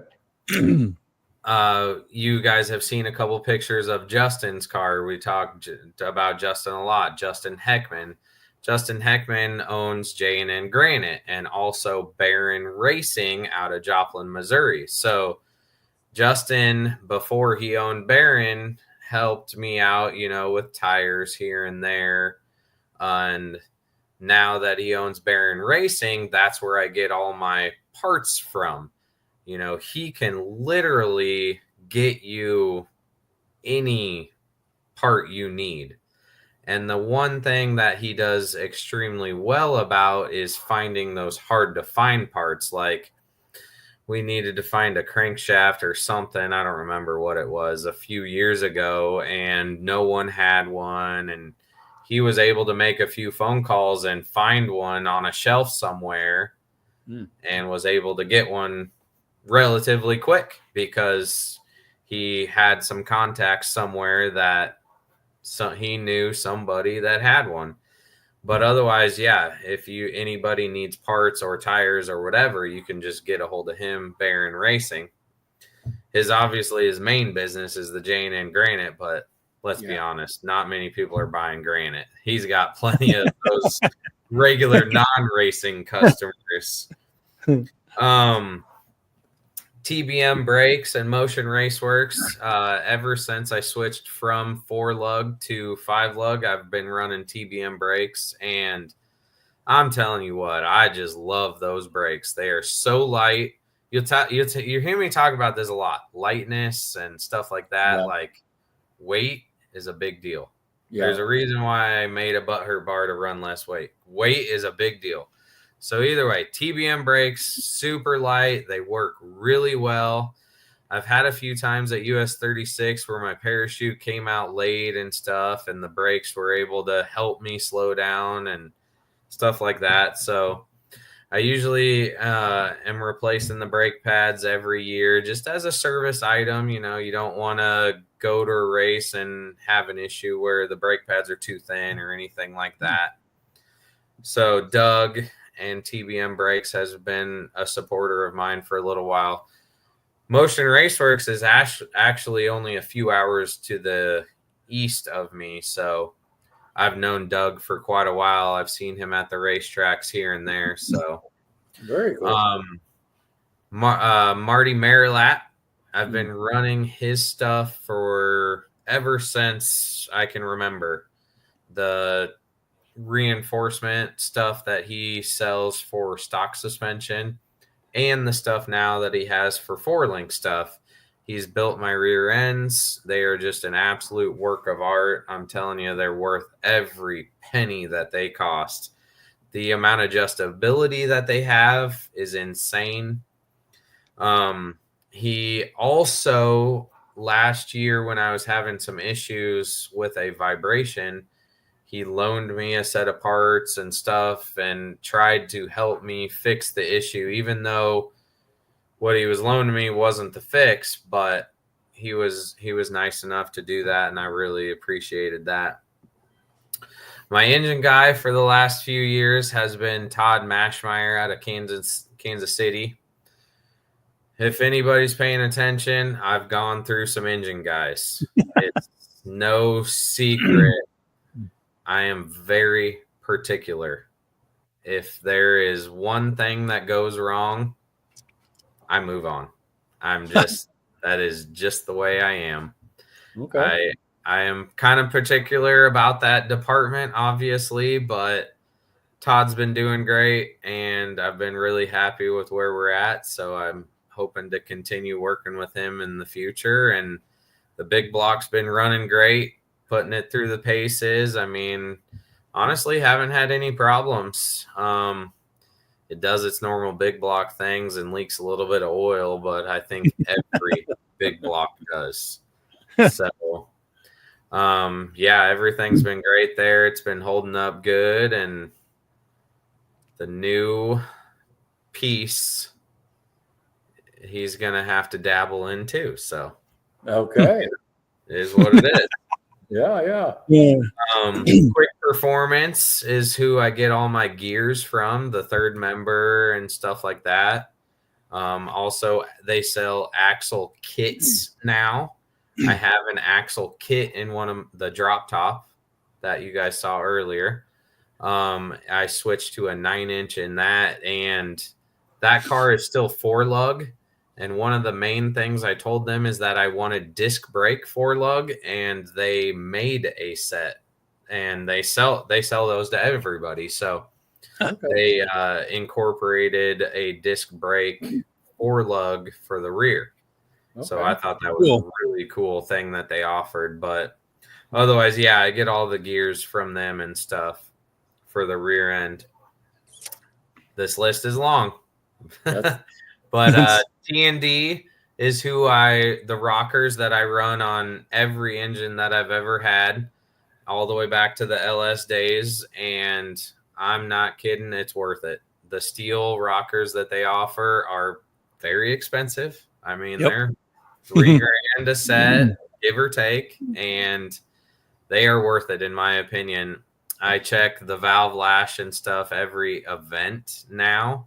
I used to check it every run, and it just never moves. So now I check it every event, and the stuff just never moves. I mean, it's just so solid that it does so well. I had one rocker that I think I replaced after a couple hundred runs last year, maybe. But other than that, everything has just been solid. They offer rebuild kits for the rockers that I have spares of, and they're very affordable. So being able to do that in a pinch in between rounds if I needed to is very nice. Dynamic Drive Lines is who I use for drive shafts. They are very close to me, obviously, too. Just about an hour or so to the east in Des Moines. Their carbon drive shaft lineup I did some R&D for. They actually have a carbon drive shaft that will twist, that will flex a certain amount of degrees on the hit to soften, or they make different levels that can twist different amounts. And I did some R&D for them with those, and it was pretty unique, I will say. I never broke one either, which you'd think, oh, wow, it's going to twist, so it'll probably break. But no, never did. So that's been cool to try. Most recently, I switched to a Circle D converter. Now, I've worked with Pete before at Hughes, which I had a Hughes currently, and I wanted to take a next step with their Circle D's airfoil design that they have. The stator is not a flat blade. It's like a curve way, way above my pay grade. So I do believe there's some science in there, and I love science. And I've had good luck with the Circle D stuff since switching to it, and I think it's a really cool technology that might be coming out in the near future to a lot of other companies. You know, it's a billet stator that they machine themselves, and so it's a really cool design of what it does to the fluid flow through there. my buddy Jordan Sharp owns a New Edge Auto Sports out in Des Moines, which is about an hour or two set to the east of me. He helped me do some extremely quick fab work in a pinch, and he owns a performance shop. He comes racing with me a lot and stuff like that. So just a really good friend of mine that I have his sticker on my back window because, you know, I'm in it to support those people that support you, you know. There you go. If that's having my friends on there too, then that's what it takes. Yep. And Frankenstein Engine Dynamics is who I had my heads gone through with. I am working on some new stuff with them as well. So might look forward to some other things in the future with that. But yeah, I met them at PRI also. So, you know, PRI is a good place to meet new people as well. Yeah. As well, you know, also your old friends too. And last but not least, Beater Bomb Tuning and Support. Boom. Obviously, I can't get anywhere without the help from myself. So I might have missed one or two people, you know, but obviously my wife watches my kids when I'm racing at the racetrack, so can't do it without her either. Yeah. We have 3 kids that are very wild. I mean, they're young. So they kind of get crazy. You kind of see her bitching at them a few times. It's part of life. Either look and laugh or look the other way. Because I'm sitting there laughing at her, that's for sure. Oh man. So yeah, that's about it. It's been fun though. Oh man, well, it's been fun watching you, you know, and seeing you be successful and just following along. I'm a fan, you know. I'm ready to see what you do next, you know.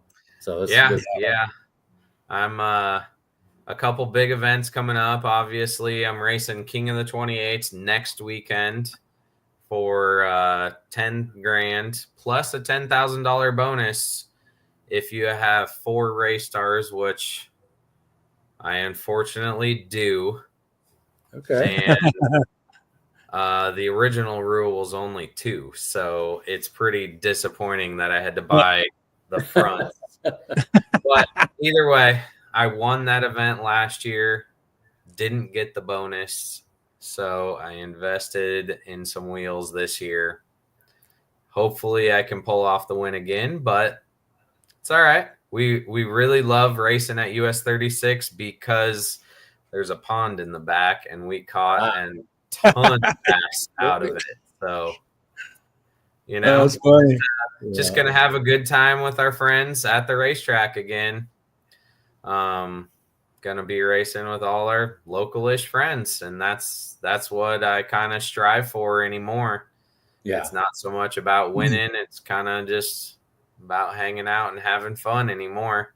Yeah, good point. So, another big event that is in the near future, like we talked earlier, Ice Cream Cruise is at the end of September, and then I will be going to Florida again for the Cletus all-wheel drive versus rear-wheel drive race that I'm in charge of again. So, yeah. Wow, cool. Yep. Well, we appreciate you coming on. It's been a hell of a show, man. I can't wait to listen to it, watch it back. Yeah. And answered all the questions and comments, and we just had a ball. I'm just speaking for myself. I'm sure Gary did as well, but that's a great time. Yeah, it was a blast. I mean, we went for 3 hours, but I think we said it is what it is, though. Yeah, this is our longest one yet, and man, it was fun. Holy cow! And there's a lot of stuff to talk about. Yeah.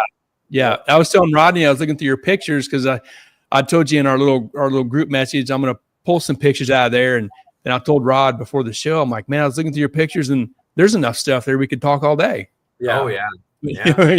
You've done so many things. We even purposely didn't talk much at the beginning to get you on quick because we knew it would be a longer segment. So that's all right. It worked out great, man. I really appreciate it.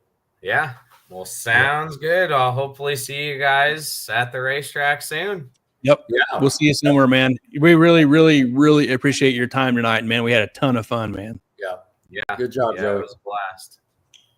All right. Well, I'll be getting off here and I'll talk to you guys later. All right. Okay. Thanks, Joey. Good night.